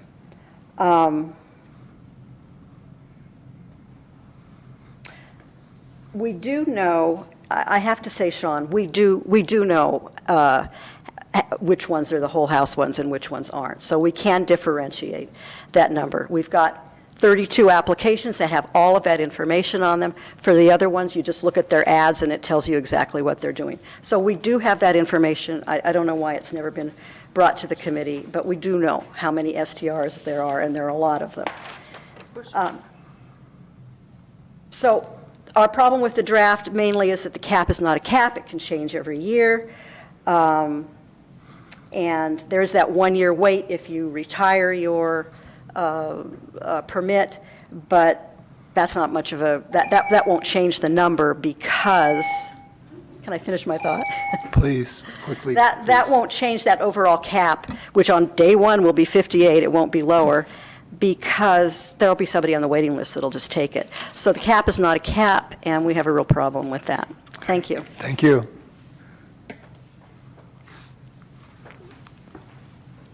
I'm Mary Biles Daly. I live up on Drummond Street in Nevada City, and I have lived in the county for 40 years. I live in this beautiful 90-year-old home. I taught in Nevada County for 40 years, and a few years ago, my husband passed away kind of suddenly, and I found myself unable to afford to live in my home and pay my mortgage. And having the opportunity to put a room in my home, my own bedroom, and rent it out to people has made it possible for me to stay in this place that I love. Listening to this ordinance, I am so impressed with all the thought that's gone into it. And I'm sorry I didn't make those other committee meetings, but I really appreciate all the work that you guys have done and the opportunity for me to continue to stay here and contribute the way I have been contributing in so many ways to our county. So thank you. Thank you so much.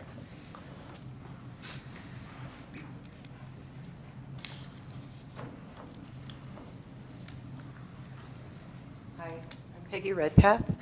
I just wanted to complete Kathy's few sentences that she didn't get to complete. So, yes, I just want to reiterate that when the original initiative was written, we had 3 distinctions, and it is written in the ordinance that we were not allowing whole house rentals. We were allowing rooms in someone's house to be rented and guest cottages, and there was no distinction whether or not it had a kitchen. And as I said at the last meeting, you know, a kitchen is not the only factor that says a home is suitable to rent to someone full-time. There are many factors that go into that. So just finishing that thought, because I think to put something like Kathy's Cottage in a category that says it's a whole house is a mistake. I mean, Kathy probably won't ever rent it full-time. I would never rent my place full-time. I mean, I think that's true of so many. So you're not really increasing the supply to the people who need the homes, because there's so many reasons why you wouldn't want to rent a place full-time. I only rent mine 7 days a month on average. I would never rent it full-time. I mean, mine is not a ADU, but still, it's very much like one. So that's all I wanted to say. Thanks. Thank you very much.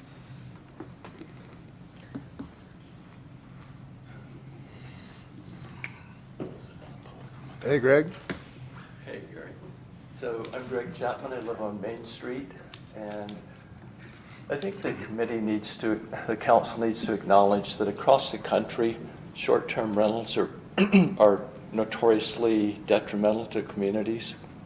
I was talking to somebody about home prices and rent prices going up because of short-term rentals, and read an article since 2011. There's been an 800% increase in short-term rentals, accounting from this article for a 33% rise in rent and home prices. And then I think you also have to look at the aspect of private equity across the country. Private equity is buying up homes, and by 2030, they're expected to own 30% or 40% of all homes nationally. We're a very desirable community. We have to protect our housing. I think it's already at risk with short-term rentals, and it has an impact on the businesses downtown. You come in on the weekend, you're gone all week. Our artists, our service workers, they're not going to have places to rent if we keep selling our houses off for short-term rentals. You go to San Jose, the service industry down there, is really decimated because the housing is so expensive. People can't afford to live there that are service workers. And our community relies heavily on service workers. We've got to protect that housing. And we can't allow the short-term rentals to ever increase, ever.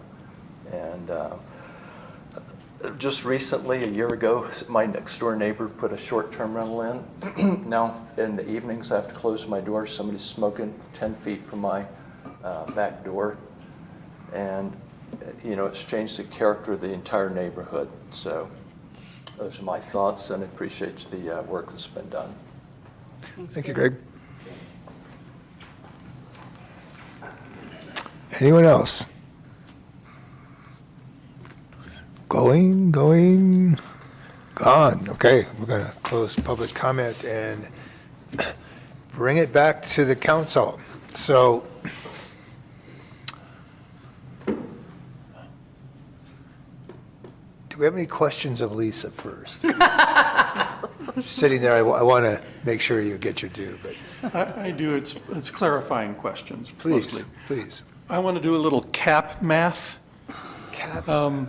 So, as I understand it, short-term rentals, when it means whole house rental, that cap can only get lower every year as the council considers the cap. That category. Or stay the same, yeah. Stay the same or get lower. Okay. The other one, what we call hosted housing, can also get lower, stay the same, or go up. Do I have that right? Yes. Okay. Other bit of cap math. So there's kind of a grandfather clause within this ordinance, which saying that those that would not meet a new permit can still have it, because they currently do. When they lose that permit, I gather there's no automatic way to lower the cap. Say, okay, you were grandfathered in, now that you're no longer the owner, that spot is gone. Is that correct, that that's not in here? Every December. Yeah, if I may? Yeah. So each December, the council will be given data on what the numbers are, if people left the market, if people joined a wait list, if people had code violations, anything like that. So each December, the council will get that data, and then we will be able to decide, based on that data, whether we want to maintain the cap or lower the cap, or in the instance of the hosted, raise the cap. And the reason we let raise the cap, if I may, is because a couple of reasons. One, everybody kind of agreed that if you're renting a room in your house, that likely wasn't going to be long-term rental, and could benefit the owner by renting a room, that we could have as many of those as possible because they wouldn't be whole house, number one of all. And number two of all, we added that because COVID, like we just saw during COVID, we thought about how COVID came, the pandemic came, and we loosened so many restrictions across the city that we wouldn't normally, like, you know, the neon signs and all sorts of restrictions, because we just wanted to let businesses thrive as best they could. We put that there to also foresee any sort of instance where in the future the economy gets so bad that there are just situations that we couldn't imagine that maybe we would want to raise that. So just wanted to name that. Good. That partially answers my question. I'm going to ask it as a yes/no question. Would a grandfathered permit that expires for whatever reason automatically get cut from the cap? I think the answer is no. So my interpretation is that folks would have an opportunity to renew their permit at the end of the year. And if they didn't exercise that opportunity and they didn't turn in their paperwork, and we saw that they were still renting in January, February, then we would, tell them that they had to stop immediately. And when they finally took action, called, they would be told, sorry, the registration period is not open right now. We have a wait list in place. We'll put your name on the wait list. Okay. So they would essentially lose their place in line and go to the bottom of the It list. would not guarantee a reduction of the cap. As is That written, was as is the written, that's question. correct. That's the yes/no answer. Yeah. And yes, it would not automatically. Will we know of those people who lose their permits and are applying again, whether or not they were grandfathered in? Is that data that we will have? I believe so, but I think the point is once they come back in off of if they get on the waiting list and they come back in, they will now be subject to the new conditions of the ordinance. And Yes, therefore would very not true. be able to get their permit? And they would not be, in that sense, grandfathered any longer. Okay. Good. That was my cap math question. And nobody would be invited onto until council made their decision in December, and the new round would start in January. That answers another question, which is the timing between when they lose their permit and when we set the cap. The council will always have time to set the cap lower or for the other rentals higher. And last was just a general process question. I've heard from the community, from people who've spoken to me, that there's, quote, no way to enforce parking. Where is that notion coming from? I think it came from our last meeting where we were discussing parking, and it's impractical to enforce parking as it's written in our current ordinance. In other words, our current ordinance speaks to how many parking spots per unit, right? It says one car per unit. Yes, and It so, doesn't say but. parking on site, parking off site. So there's no way to, if somebody is, to know if there's, you have a Airbnb across the street from you, and there's 50 cars on the street, it's impractical to reliably determine whose car is who and where they're staying. That's true in any ordinance configuration. The difference with this is that what will be required is a parking plan, and the parking plan will just delineate where parking has to be identified. And That's new permits. that's, and existing. The grandfathered in ones will have to have a parking plan too. They won't have to have on-site parking as a requirement, but they still have to have a parking plan. And so the way we could enforce other places that have this kind of thing, they still would struggle to enforce. There's 10 cars on the street. We don't know if they're at the Airbnb or not, but it's relatively easy to enforce. They are listing something that is not consistent with their parking plan that is attached to their permit. We can enforce that without ever even seeing a car there. So that's one avenue for that. The other is, let's say the police department after hours, code enforcement, Lisa, or me were out there for a complaint, right? And we could still, it's like whose car is who, right? You're not going to be able to figure it all out, but we can take all the information. We would know that it's hosted rental. We would know that their parking plan says that they're supposed to have their parking both two on site here. There's nobody in those spots, and the house was clearly occupied with a wedding event going on while it happened. We could document all that, and the wedding's not permitted. They weren't following the parking plan because there's not 2 cars parked on site per the parking plan. All of that is enforceable, but it doesn't change the practicality that if there's a number of cars parked on the street, it's unlikely we'd be able to readily determine if they're in that short-term rental or not. I do know that you can record the license number of cars, and the license numbers are associated with people's names, and you have the names of the people who are supposed to be there. So I do think there's a Lou, practical way to do it. if I have a dinner party and 10 people are invited over, and they come and their cars are parked, that there's only street parking, right? Like, that could happen any night of the week with any neighbor at any time. My scenario is is Victorian Christmas. We know there's a lot of whole house rentals during Victorian Christmas, and if you have one in the downtown area, how would you ever know whose cars were whose.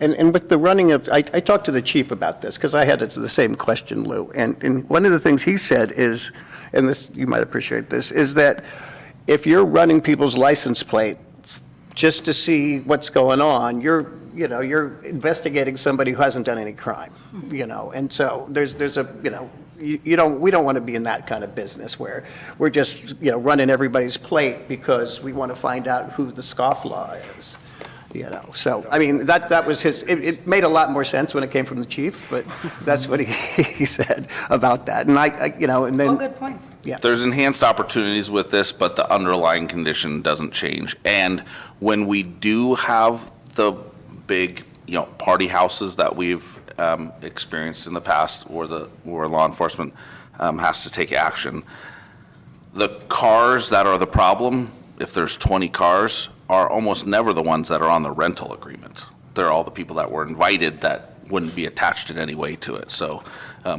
so we still need to have a way to enforce that. And that's where the parking plan and the listings and the, follow-up investigations would potentially come in. So that even if they're not associated with it, it could still be addressed. Will we eventually have a list of owners? We have a list of owners. We have a list of owners. Okay. So we will know which one of those are out of town. The owners of the whole houses. That, we don't have all of that information yet. So what Lori said is true. We do know which ones are whole house and which ones are not whole house. That's not the information that we're lacking. The information that we're lacking is who lives in that house sometimes, who uses that house as their legal residence and files their taxes there, which is also included in the ordinance. So that is the information that we will get as we get everybody into this new system and into this new process. And by December of this year, we hope to have more clarity on those specific numbers. Good, you've said the reassuring words to me, which is that we will get it. Yes. Then the We are in disassuring word, which was hope. Right. So I understand. so today they can all legally be whole house rentals. So we can't hold them to anything other than what we have. They can Airbnb or Vrbo out their entire house. What you will have, let's say the existing ordinance is repealed, the council adopts this ordinance with whatever changes it sees fit, and the existing ones come into the categories, and let's say hypothetically, you had 40 in the whole house category, which is short-term rental, and 20 in the hosted short-term rental, which is the owner-occupied category. At that point, we could hold them to the obligations in the new ordinance for each category. All of that information, except for how much they pay in TOT, is public information and can be available as soon as we do that transition. We can have a list of, here's the 20 in hosted, and here's the 20 or the 40 in short term. Good. That's very reassuring. One last, I'm sorry to take so much time. But No, one this is all one important last- stuff. We're doing it. You've taken way more time than this. One more question, Lisa. There is some complaint that there is only a 1-year waiting time between a change of ownership and applying for a permit. But that's really in the very, very best case scenario. You'd have to time it extremely well to wait only a year. Yes. I don't know, we would have to do it on January 31st or something like that. It's most likely going to be a year plus some months. Right. And then that's just to get on the waiting list, right? Yeah, so that will discourage speculative buying. I do get a lot of calls. Oh my gosh, we love this house. Can we Airbnb it? Can it be hosted short-term rental? That's one of the most common calls that I get is from realtors seeking that information or from out-of-town buyers that are looking to invest in Nevada City. And so, yes, that would definitely help that issue. Okay, so a year is even optimistic. 2 is more likely, maybe even 3. Yeah, so maybe if they were really committed and really wanted to own property here and use it that way sometime, all the time, they would buy it and they would allow for it to be a rental, a standard rental, long-term rental. Or they would buy it and they would use it themselves until they potentially had the opportunity to have a spot on the list. Got it. Thank you. That is the end of my questions. Great questions. Yep. Always thorough, Councilmember. We're going to go to Councilmember Fleming Yeah, now. and I hope I won't take too long here. So I just want to go back really quick to when we started with this. When we started with this, the whole idea was to phase out whole house rentals and to do lease local, incentivize people. And I realize you guys have done a lot of work, and I appreciate all the work that's gone in the community input. But we're not really there anymore, and I understand some of the reasoning. One of the things I just looked at was how many houses are for rent right now. And there's 4 apartments and 2 houses for rent in our jurisdiction, versus, let's say, 35 of those STUs or whatever they're called, short-term rental units are non-hosted, so, I mean, we're losing real inventory. And one of I think we're all on the same page, is we want more housing here.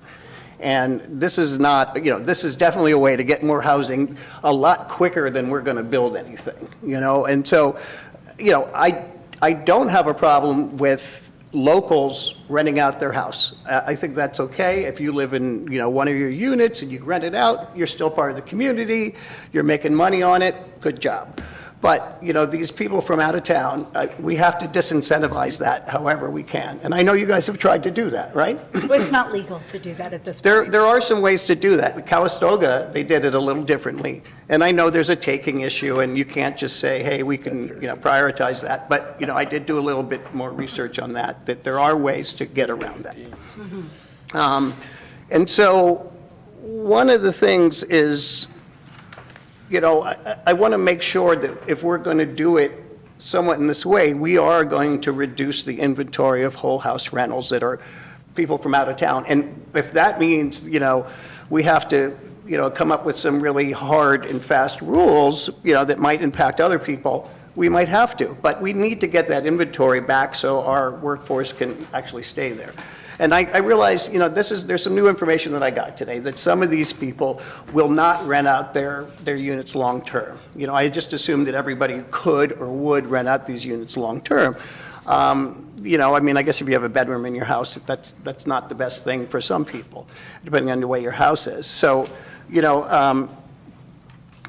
I see that, we've made some efforts to reduce, they put a cap on this, but we still are going to have a significant number of properties that are not available for rent for our community. And so I just want to put that out there so we can work together to craft this so it's a little tighter. I think you guys have done some really creative stuff. The 300-foot thing I really like. That's interesting. But the fact that, we were elected to, protect our neighborhoods and increase housing. Those are our 2 things. And also protect businesses, but that's a local business. Public health and safety falls in there somewhere. too. Yeah, I'm just talking about our priorities. So public health and safety has that factor in. I'm not favorite. It's all right, keep going. Anyway, so I do have some problems with the way this is. I'd like to see, a way to phase out some more of these whole house rentals that are non-hosted by people who don't live here. And I guess you have to have some kind of angle on the hosted rentals too. But anyway, I have some trouble with this. I think you guys have done a great job, but I think it needs some more work. And without going on and on. Yeah, no, thanks, Doug. If I may, Mayor? Yes, please. Doug, yes, we all want more housing. That's why we're doing this. My question to you is, at what cost?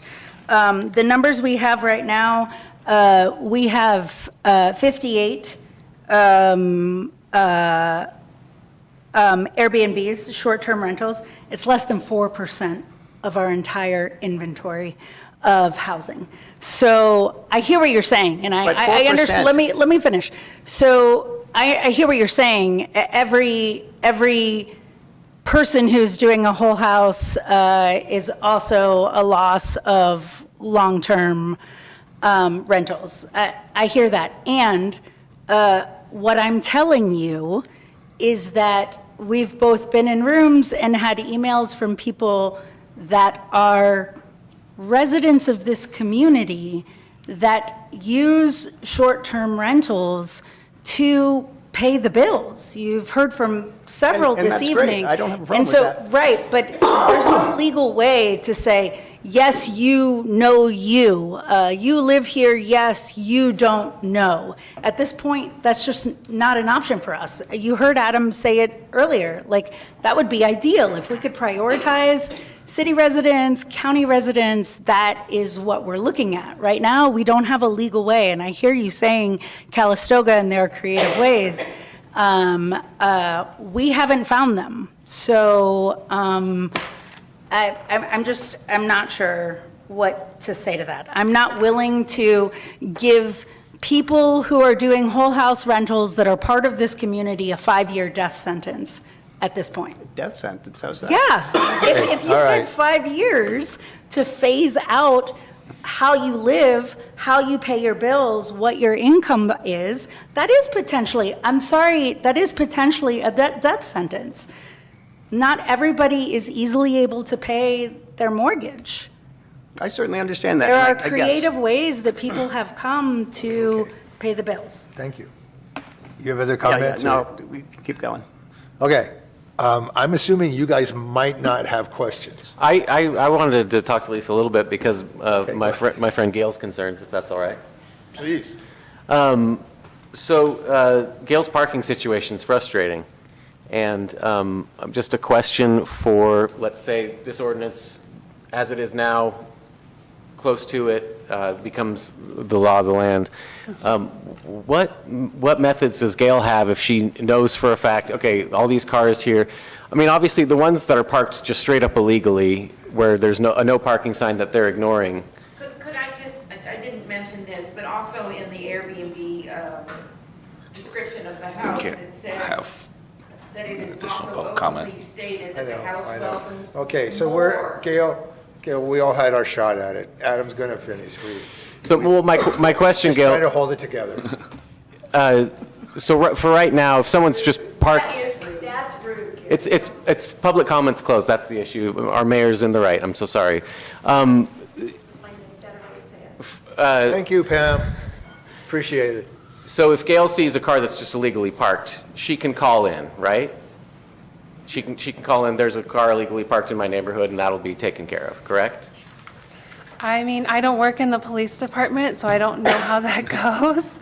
Call in. That's how code enforcement. Call the non-emergency line, fill out a complaint online, contact the front desk. Yeah, that's what it. I always encourage people to do, is to report a complaint on the website, and then it goes to Sean. Sean gives it to the appropriate staff member, and then we follow up. For something like a specific parking complaint, is that able to be acted on quickly? Yes, right now, I mean, I've received Gail's complaint last week. Okay. And so I've spoken to the owner, and I have a voicemail that I need to return from the tenant for that property. So yes, I'm actively working on making sure that their listing is consistent with our ordinance. Okay, that's great. Yeah. And in the event it becomes the law of the land, and she suspects at least that they're having a lot more people than their parking plan allows for, she can report it in the same way? Yes. And hopefully get a similar result. Someone comes by and checks it out. That's good. We talk a lot about hosts in good standing. And how would someone fall out of good standing and therefore lose their right to continue hosting a short-term rental? I'm not sure if we have it defined as like an enforcement mechanism, but I think that what comes to my mind is somebody being overparked. So say their parking plan says we have 4 on-site parking spaces, and then they're cramming cars onto the grass, or, they have 8 cars consistently, or there's parties and we're getting calls and noise complaints.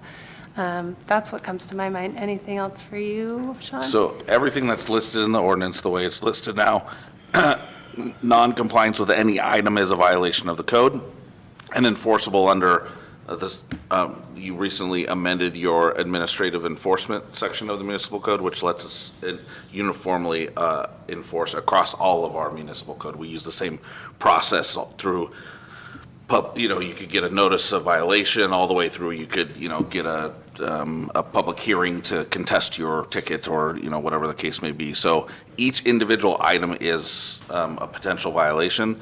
The things that are in good standing, if you're talking about today's ordinance, ones that would be able to come over, that would be, there's 3 material items that have a business license, have a current permit, and be current with your transient occupancy tax.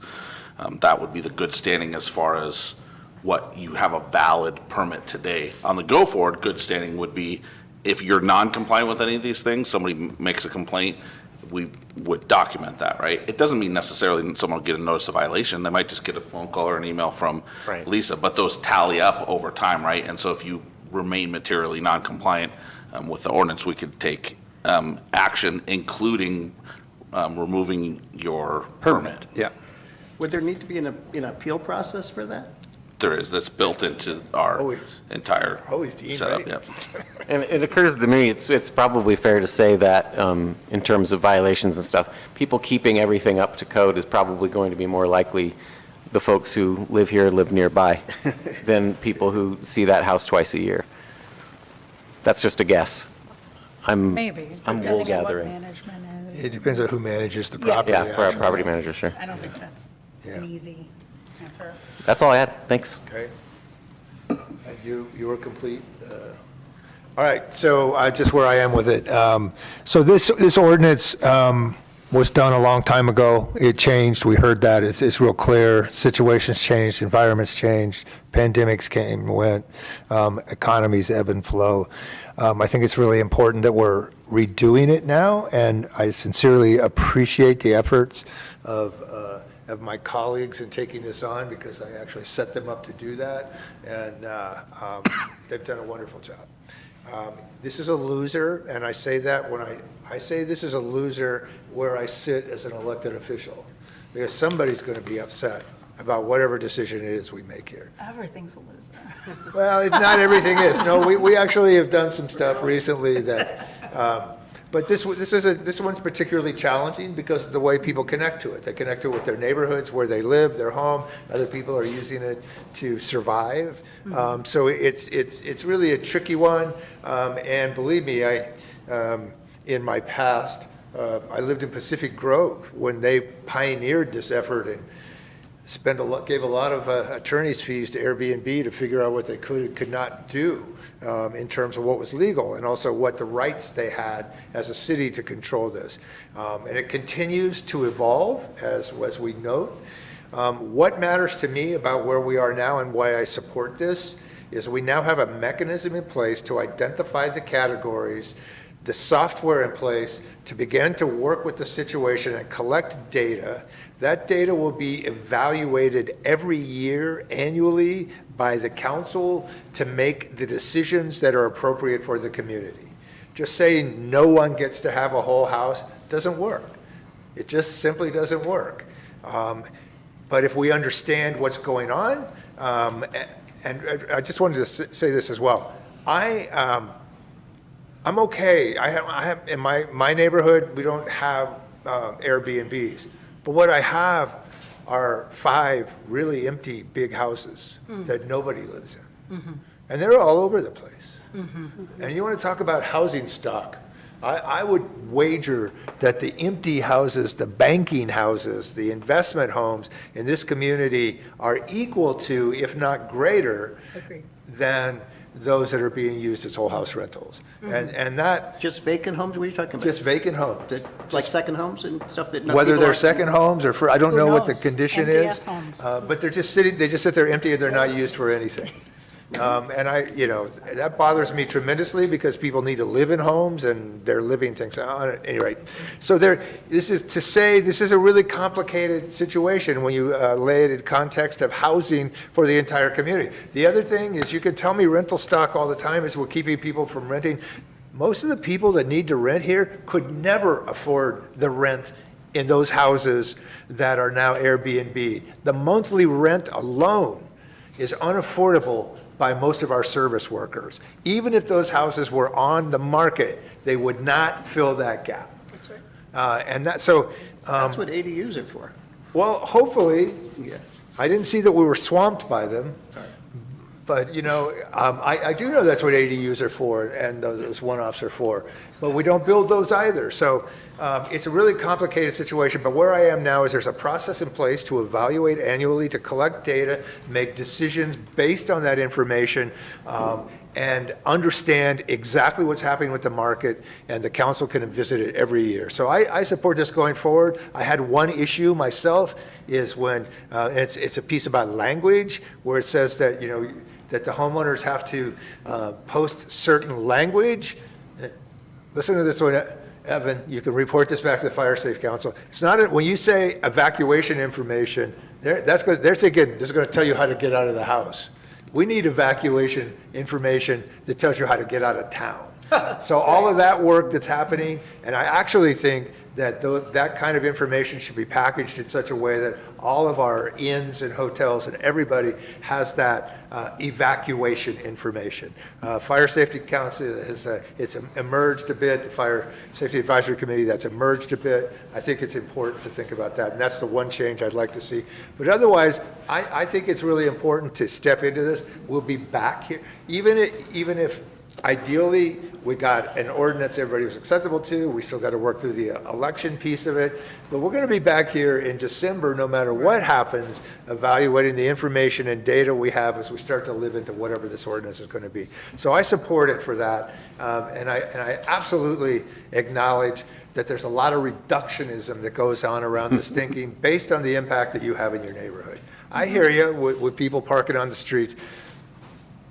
Just did a budget priority thing. Number 3, parking. Parking, not 150-year-old water lines, but parking. So I support this going forward. I would encourage us to refine this as necessary. Thank you for your work, but I think we need to move. I think the urgency is real. I'm hearing from Kathy that she's going to want to take some action, and I think we need to support that. So that's where I am. Mayor, if I may, there's one more, since you mentioned urgency. Thank you for all of that. Something that wasn't mentioned that I would love for the council's support in directing staff to do is to begin towards implementing the January-only renewal. This really, really helps staff right now. Everybody's renewing all across the board, multiple days, that's 58 days across the year, makes work for staff. So if you guys would join me in directing staff to start with a January 2026 renewal, that way we've got a really important piece of urgency around that for any. And we'll know where we stand. Exactly. Here, here. Moving forward, we can kind of, yeah. Does that sound good to folks? Yep. I'm with it. Yep. Thank you. Okay. It was to give direction. Do you feel like you've been directed? I always feel like I've been directed. I'm at home, not at work. At work, I'm good. Direction. So there's no vote on this. It was to receive the presentation, providing direction. And thank you all for your engagement. Whether you agree with what we're saying or not, thank you for being in the process. It matters a lot. Some of you know that because you always do that, but not everyone does. Yeah, it's true. So thank you for your comments and your participation. Yay. All right, moving on. Lon, it's your show. Thank you, The lawn show. Thank you, Lisa. Thanks, Thank Lisa. you, Lisa. Thanks, Lisa. Thanks, Sean. Thank you all. You guys did a lot of work on that, too. I just want to make it a little better. 250, let's do it. Sean's Of red line. Oh, we're red lighting now. Yeah. Boom. Was this a break? Oh, wait. No, it's not a break. It's not a break. You want to try and stop her? Just went into your shot. She's dehydrated. We don't have to be at the table, right? If we're in the room, we can hear what's being said. She can go get a drink, right? Is that legit? Council? I'm wiser than you because I haven't. It's all good. All right, Lon, how are you, man? Nice to see you. Let's see, I should read this title. I got lost in ordinances. Want me to read it? Yeah, go ahead. Consideration of an update on the Miners Foundry Cultural Center, including the city's acquisition of the facility and operations, the process for inclusion in the city's budget and fee schedule, feedback from the community, and presentation of the city's blueprint for inclusive community stewardship, guided by the voices of Nevada City, forging a shared vision for the future. Mr. Peterson, what do you have to say for yourself? Thank you. You should do voiceover, Adam. You got a knack for that. I wouldn't understand. Sound like a commercial. It's nice. Good evening, Mayor, Vice Mayor, City Council. Lon Peterson, Assistant City Manager, here to outline those 4 items for you guys tonight.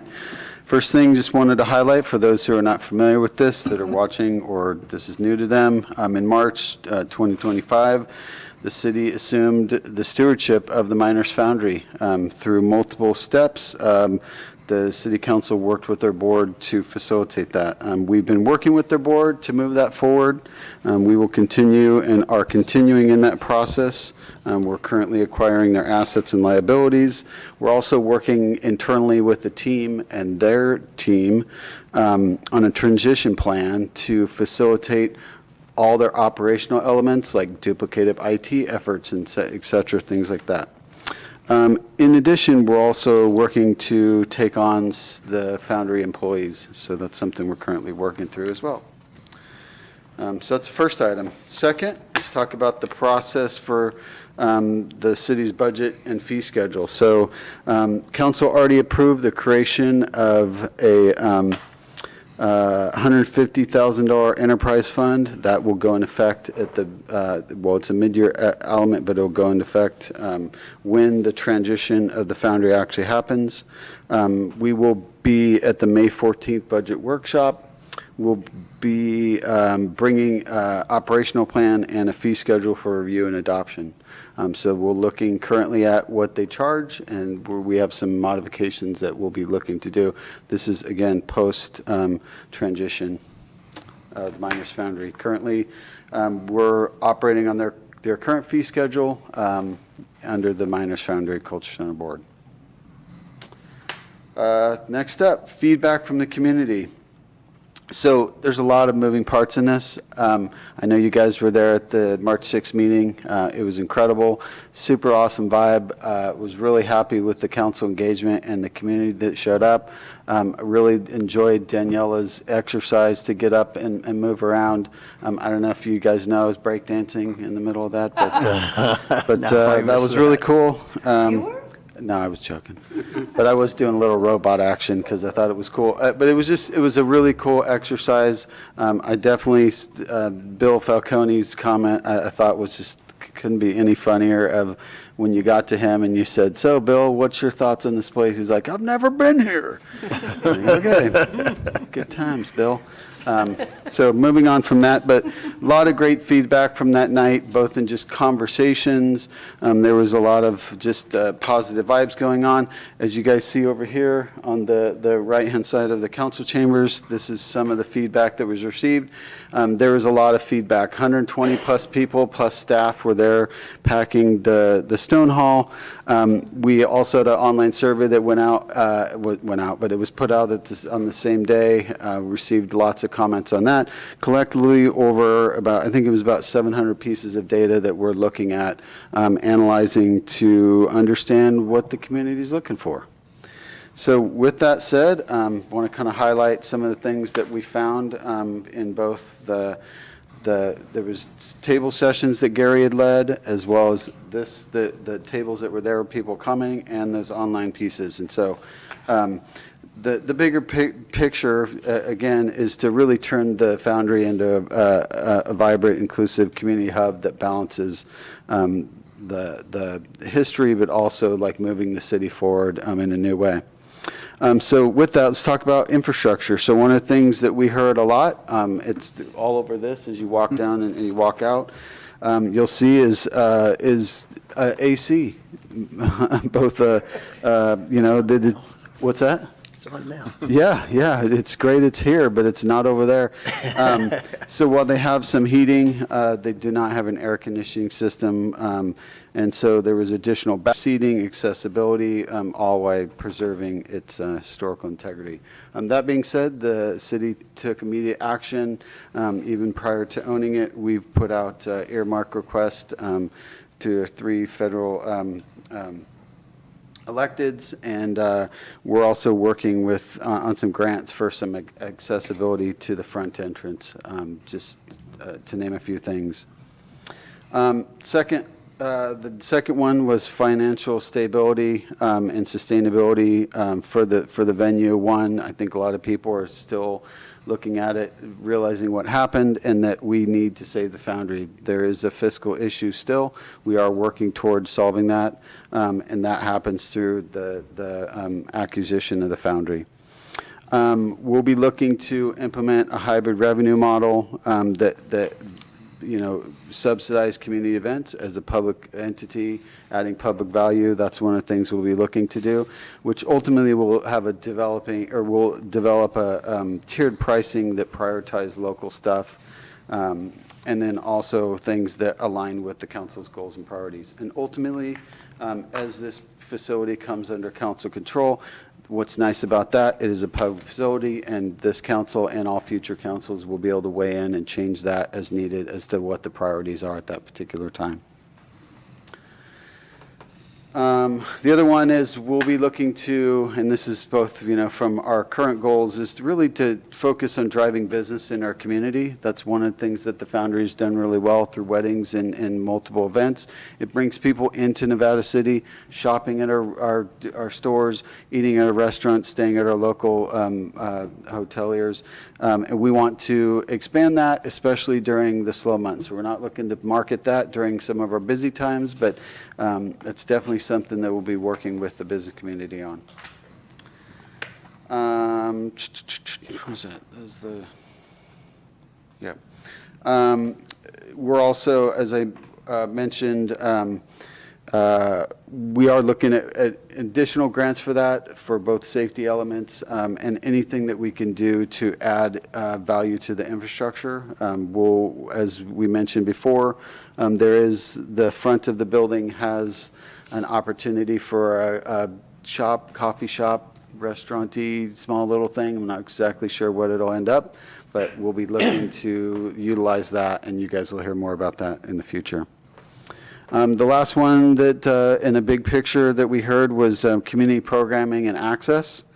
One of the things, if you look through the responses, live music. So the intent all along was to continue that. We had never planned on anything but it was definitely something that was cited 90% of the responses. So it's a big deal. And that's both, larger acts as well as a lot of more local stuff, which we're thinking about. I know Adam and I and Sean have talked about a lot of the big picture music pieces and have some really great ideas for the future as to how to bring some really top-notch artists into Nevada City. So I'm excited about that. Dance and theater performances, visual art expeditions, craft fairs, festivals, etc. So all these things that we heard. And then the other part I think is really important is also just connecting the dots on Spring Street and, more importantly, the Miners Foundry into our big events. So it's no mystery. We have some big events, 5, 10, 20,000 people show up to town, and there's 0 people going to the Foundry. We're looking at opportunities to expand that, both when we have these main events to activate Spring Street and bring people down into the Foundry, and there's a lot of ideas that we have, but that's definitely something we'll be looking to do. We're already partnering with the Chamber on that for the upcoming Victorian Christmas. That's part of our plan. There's also a lot of conversation or comments around equitable access, or so as mentioned, tiered pricing for locals, waive fees, opportunities for youth and educational activities at the Foundry. There's a lot of opportunities over there that it is sitting empty. And so when that's happening, we feel like there's a real need for local community and things like that to happen there. I recently met the library to talk to them about bringing things over there as well. So yeah, I think there's a lot of great things coming in that space. And then the final one was LGBTQ+ safe spaces, and so that was another item that stood out among our comments. So a couple things just to leave you this. We're still committed to saving the Foundry. We will continue to actively work towards this goal. We will continue to get feedback from the community. This is something you guys do well, where we've talked a lot about it. This is not this one time we're asking for feedback and then we'll move. As we continue to go forward and we hear positive things about certain things we're doing or otherwise, we'll be paying attention to that. We'll continually focus on arts and entertainment, as has been noted very specifically by the community. And we will continue and increase public value in the Miners Foundry. So that's the summary of the report. I'm happy to do public comment if there's any, and/or answer questions, however you want to do it. And my 2 cents, if you don't mind, Mayor, Please. all of that includes the ongoing collaborative effort, right? So that meeting was collaboration with the community, but there has been efforts to collaborate with the broader arts community, with the broader, Grass Valley, Nevada City cultural district in this matter. While this is a burden that the city has chosen to take on, it doesn't just impact us, right? So It's an opportunity, opportunity, yes, not a burden. sure. Okay, just want to be clear. Sure. It's both, danger, opportunity. So much for being the mayor, right? We presented, along with our partners at Center for the Arts and In Concert Sierra and Music in the Mountains at the Arts Day for the local NCCLI, the Local Leadership Institute, relatively recently this Friday. This is pleasure of being the mayor. This Friday, you can come see the mayor at Sierra College talk about our performing arts venues, and where those same facilities will be talking about the challenges and opportunities of continuing live performing arts in the community. And then May 2nd at the Foundry were the Nevada County Arts Council and the Grass Valley, Nevada City Cultural District hosting their Culture Forward initiative at multiple facilities. Just happens to be May 2nd is the time that it is at the Foundry here in town. So working with all of those facilities so that, not that the Foundry was a competitor of the other places, but they were all, working in their silos. They all had to generate revenue and do those things. The city, while we intend to generate revenue, we don't have to make money, so to speak. We need to make enough money to invest back into the facility so that this is sustainable and can meet your goals, but we do not have to be competitors to those other facilities, so we can collaborate with them in a very different way than it was as the Foundry as a nonprofit. Gives us the opportunity to prop them up at the same time that we're enhancing the service delivery Now there. you don't have to go on Friday because you just heard everything I'm going to say. Thanks. That was it? I think you could get some more in there. You think? Thank Couple you. process. I was waiting to see if Lon was going to talk longer than you did, so. I was shorter than him by 2 minutes. I was talking about the previous. Oh, yes, no. Okay, so let's open this up to public comment. Yep, right here. I was going to have to sit at the children's table there. No. Is this the children's table? Or Lon. No, I meant the little one here in front. Good evening. My name is Daniel Zuckerman. I just wanted to relate a couple things about, is the clock going to start so I know where I am? Thank you. Okay. Daniel Zuckerman.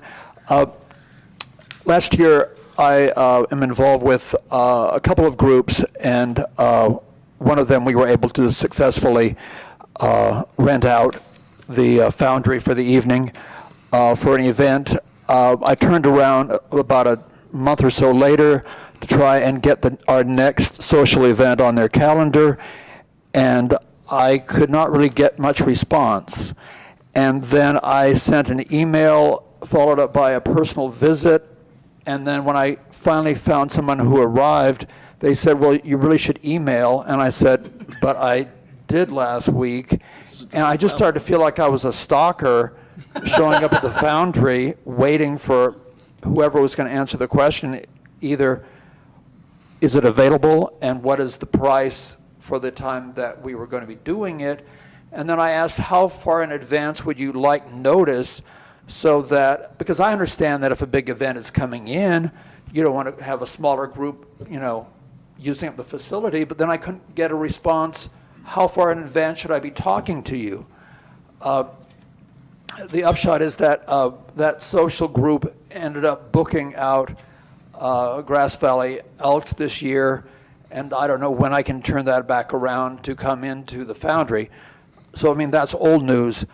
What I'm trying to get to is there a way, even if it's only like 2 or 3 hours a day, that there is someone who's dedicated to leasing the facilities, whether it's the one at Pioneer Park or at the Foundry, so that you know that window that if I call or show up or whatever, that we can have a quick conversation as to yes, no, maybe.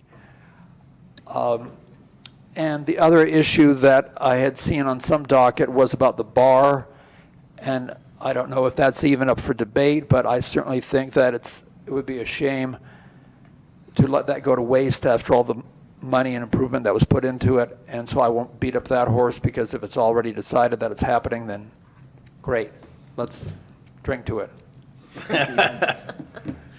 So in conclusion, it's just, is it possible for one employee to be involved, even if it's an hour or two a day, to lease out the facilities? Thank you. Yeah, thank you. I think you'll see a big difference. You could probably even get an email answered. But check in with Lon if you've got something cooking right there. Lon right here, he can make sure that you get your needs met. And emails responded to. Okay. Thank you for your comments. All right. Anybody else? Closing public comment? Council, it's your pleasure. I think it's just amazing how far we've come, and every time you update us, I'm just more and more impressed. So bravo, Lou. I mean, Lou. Lon. Yes, good job, Lou. Good job, Lou. Hey, we're on the subcommittee. Yeah, well, you know. Actually, a lot of it had this is your consolation. That's still here. Is that? That's it? That's it? Other, yes, Lou, please.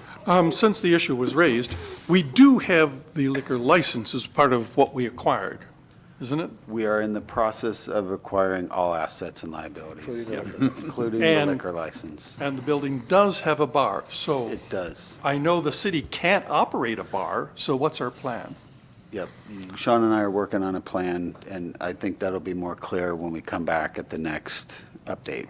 So it's just not, There's a variety of paths we can take, but fundamentally, the way it works is the city will partner with a concessionaire. So we'll have a contract with somebody to provide liquor and food services, because that's what it's a restaurant liquor license type. So they have to operate the kitchen and the bar, but they do it under contract with us dedicated to that facility. So while we won't be operating a bar, we'll be in partnership with somebody who's operating the bar at the city-controlled Yeah, facility. so the bar will not go away under that plan. The bar will not go away. Nothing there goes away unless it's no longer part of the service delivery that the council or the community expects for the facility. Right now, it's worth money. Yeah. And that's It's a revenue stream. Thank you. indeed, you're welcome. So is that your only question? You're good? Yep, that's it. Yeah, Lon, thank you so much. For those of you at home, there is a great display in the room, which is a lot of data that was collected from the event at the Foundry. How many people were there? I think about 130 plus staff, so it was Awesome. packed house. Yesterday, I went to the Arts and Culture Summit in Sacramento, put on by Californians for the Arts, and I felt really inspired in a lot of ways. One of the ways I felt inspired, I went to this panel that was like arts in rural California.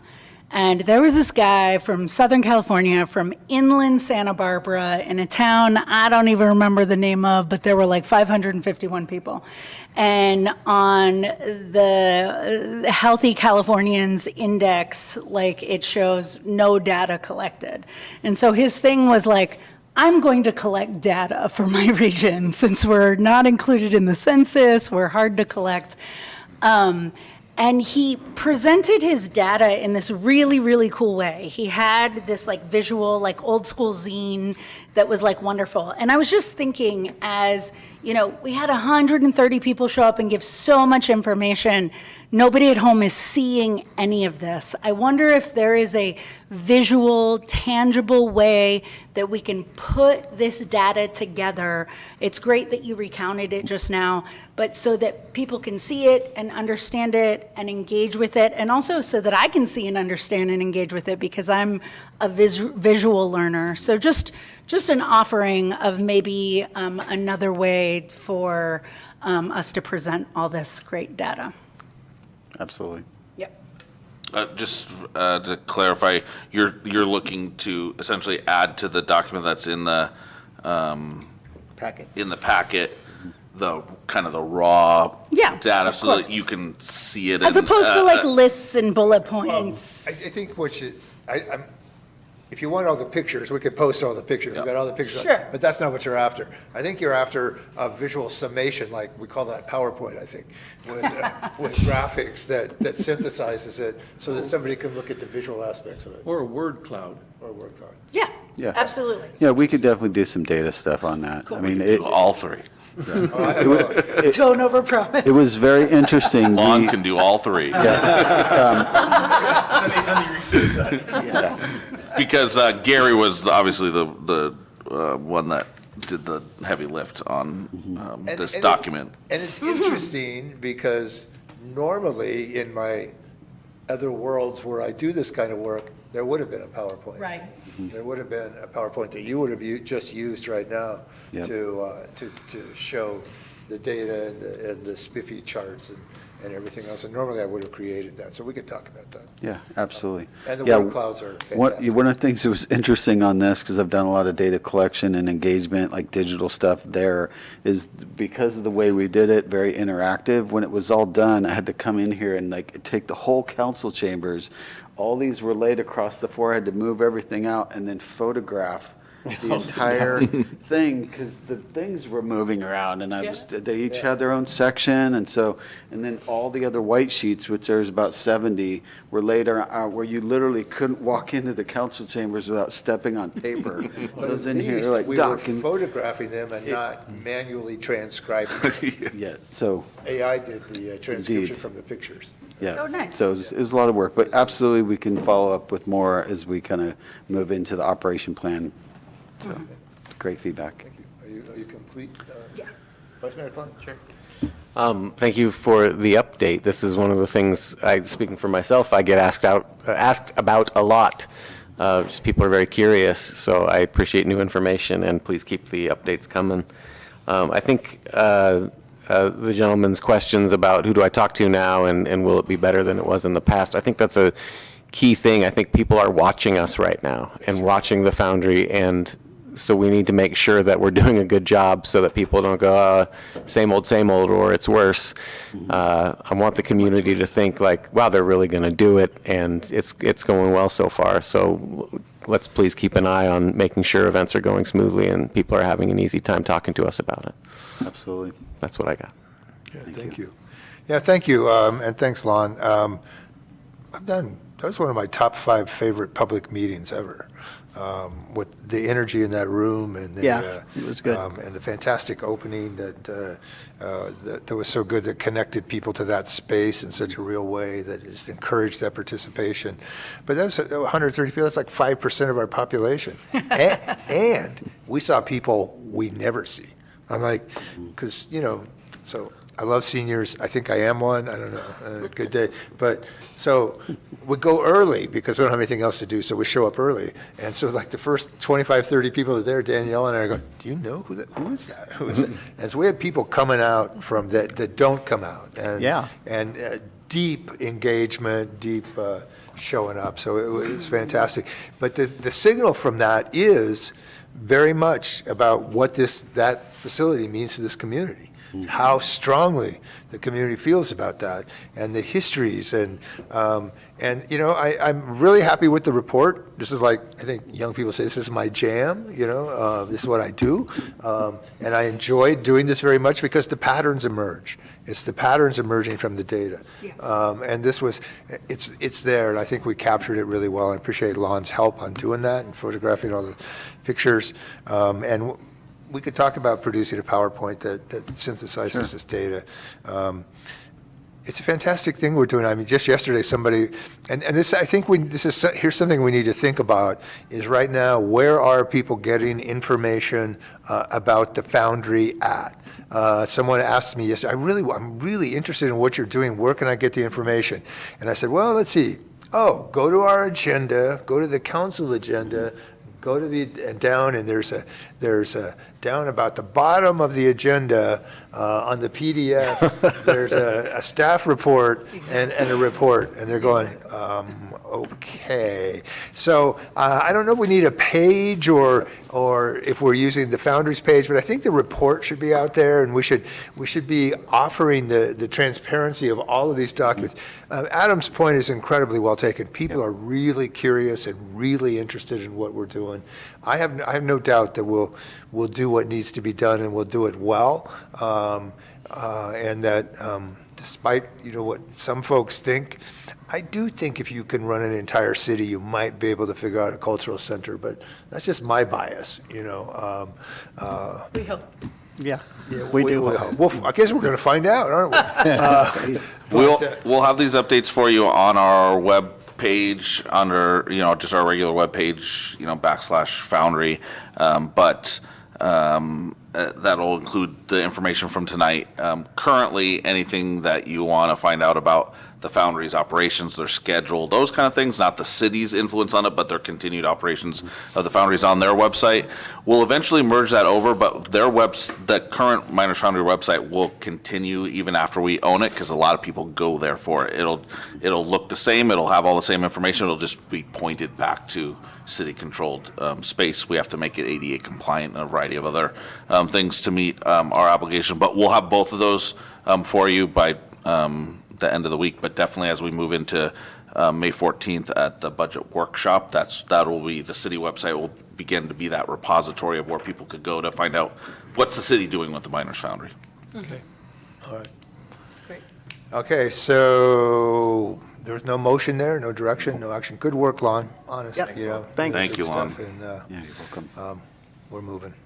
Okay, so reports and future agenda items. I've run out of superlatives for naming the city Superlatives, manager. all right. So Well, just go ahead. Thank you. Sean. I have like 9 things on my list, but I'm going to short it down because I talked a lot tonight. So, Dark Skies experience that was scheduled for the 26th that Lisa was going to head up with Rodney Brown, the chair of our planning commission, postponed because it's going to be cloudy and you can't really. That's true. What Daniela advocated for us to do when we're over at the Foundry to look up and experience what is up there won't be available that night.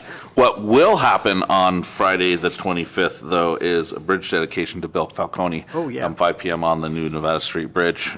Come visit us and hear wonderful stories like Lon said, that Bill said he'd never been at the Foundry when we did that event in March. And then lastly, I don't know if this is a Nick or a Knack, but Neil Locke Emeritus, who is watching at home, said that Peter Van Zandt, who, thank you very much, Council, for celebrating him this evening, he appointed Neil Locke to the Historic Landmarks Commission, and Neil's been serving ever since, more than 25 years. Wow. Yeah. Wonderful connection. Wow. And that's all I have this evening. Okay. Thanks, Sean. Council members. I got nothing. Daniela? Adam and I wrote an ordinance, so that happened. And then as I, with the tremendous help of staff, as I mentioned earlier, I've attended the Arts and Culture Summit put on by Californians for the Arts History in Sacramento. So inspiring, hundreds of people from all over the state, artists, arts administrators, policymakers, nonprofit folks. And super inspiring. Like I said, I went to a panel on rural California, went to a panel on disaster relief and how to utilize artists and support artists during disaster relief. Got a bunch of resources that I'd love to bring into our committee, mine and Adam's committee, and yeah, just an inspiring group of people, especially at a time when so much is at stake, not just for the arts, but people who tend to be artists. Thank you. Thank you. I will let you to speak to the Fire Safety Advisory Committee because I was attending services last Thursday. And I look forward to attending the tour of Nevada County tomorrow.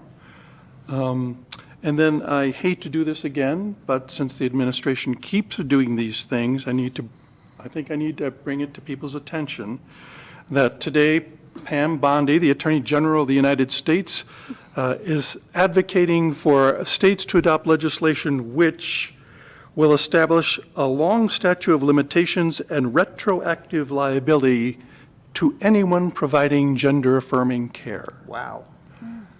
And retroactive liability. I want you people to think about what that means.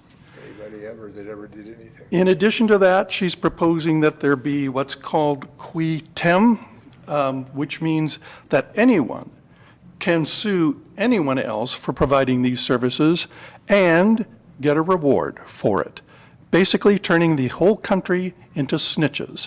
I just like to remind people that this is how the Stasi worked in East Germany. Thank you, Lou. Yeah, thanks, Lou. Vice Mayor, would you like to follow that?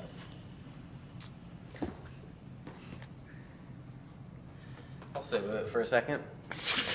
That's just unbelievably bleak. I wish someone else was Attorney General. Yes. We've got a We can just start there. fantastic state attorney general. So if I may, I taught a workshop last month for locals on Trump's executive order ending radical indoctrination in K through 12 schools for local educators.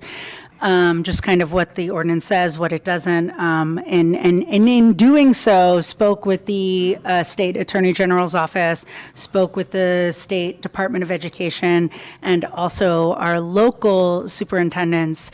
California law, we're lucky to be in California. California law contradicts much of these executive orders and these efforts, so the likelihood that it'll be caught up in court for a long time is highly likely.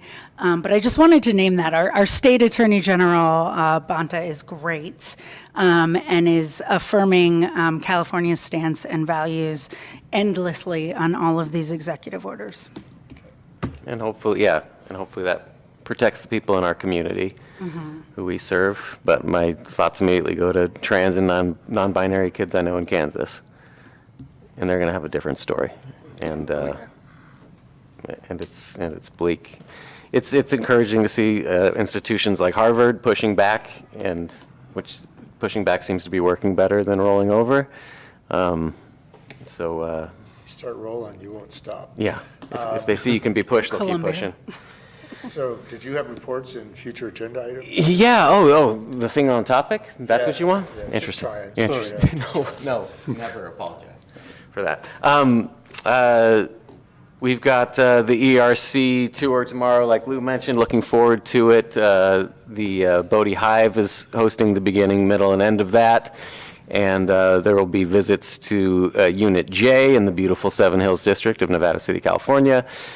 Friday, we're honoring my friend Bill Falcone with his very own bridge. That's exciting. I look forward to seeing my friend, his daughter, and her beautiful family visiting from Leadville, Colorado. We got what other good stuff? We have other good stuff coming up, don't we? No? Nothing? That's it? That's all the good stuff. Thanks, everybody. Ladies and gentlemen, the mayor. This meeting's gone on maybe a little too long here. We're going to wrap it up here. It's 9:30. It's just at 9:30. I got 7 minutes before the curtain falls. Let's see. Yeah, but busy. So tomorrow, I was going to go to the ERC, but I switched dates with 49er Rotary. Is that 49er Rotary? Did I get my Rotary right at Bodie? Not 49. Nope, that's Nevada City. That's Nevada City, 49ers at the Foundry. Okay, with the Nevada City Foundry giving State of the City talk. Interesting, I'm going to see interesting how this works because they hold their meetings in the Bodie Hive lobby. Tomorrow, where I think everybody else is having lunch, I don't know, but I'll figure it out. So I'll go give my presentation and do that. Friday morning, I will be at Sierra College talking about the arts, which was, we had a really interesting prelude conversation to that with the other panelists and already discussing possibilities for regional collaboration, which I think is really critical. And then we have the bridge. And then on Sunday, I'd like to remind you all, Sunday, 2 p.m. at the Foundry, open 3 o'clock. Movie time, Join or Die, the movie about bowling alone and Robert Putnam, hosted by our local Rotarians, and it's service club oriented, but the public is welcome. It's free and there's popcorn, and it's a really interesting movie. It's not an action movie, it's a documentary, but it is interesting. So with that, that takes care of me for being mayor, and I'm sure there's some babies I got a kiss in there somewhere, So with that, I'm looking for a motion. I move that we adjourn. Got a motion and a second? All in favor?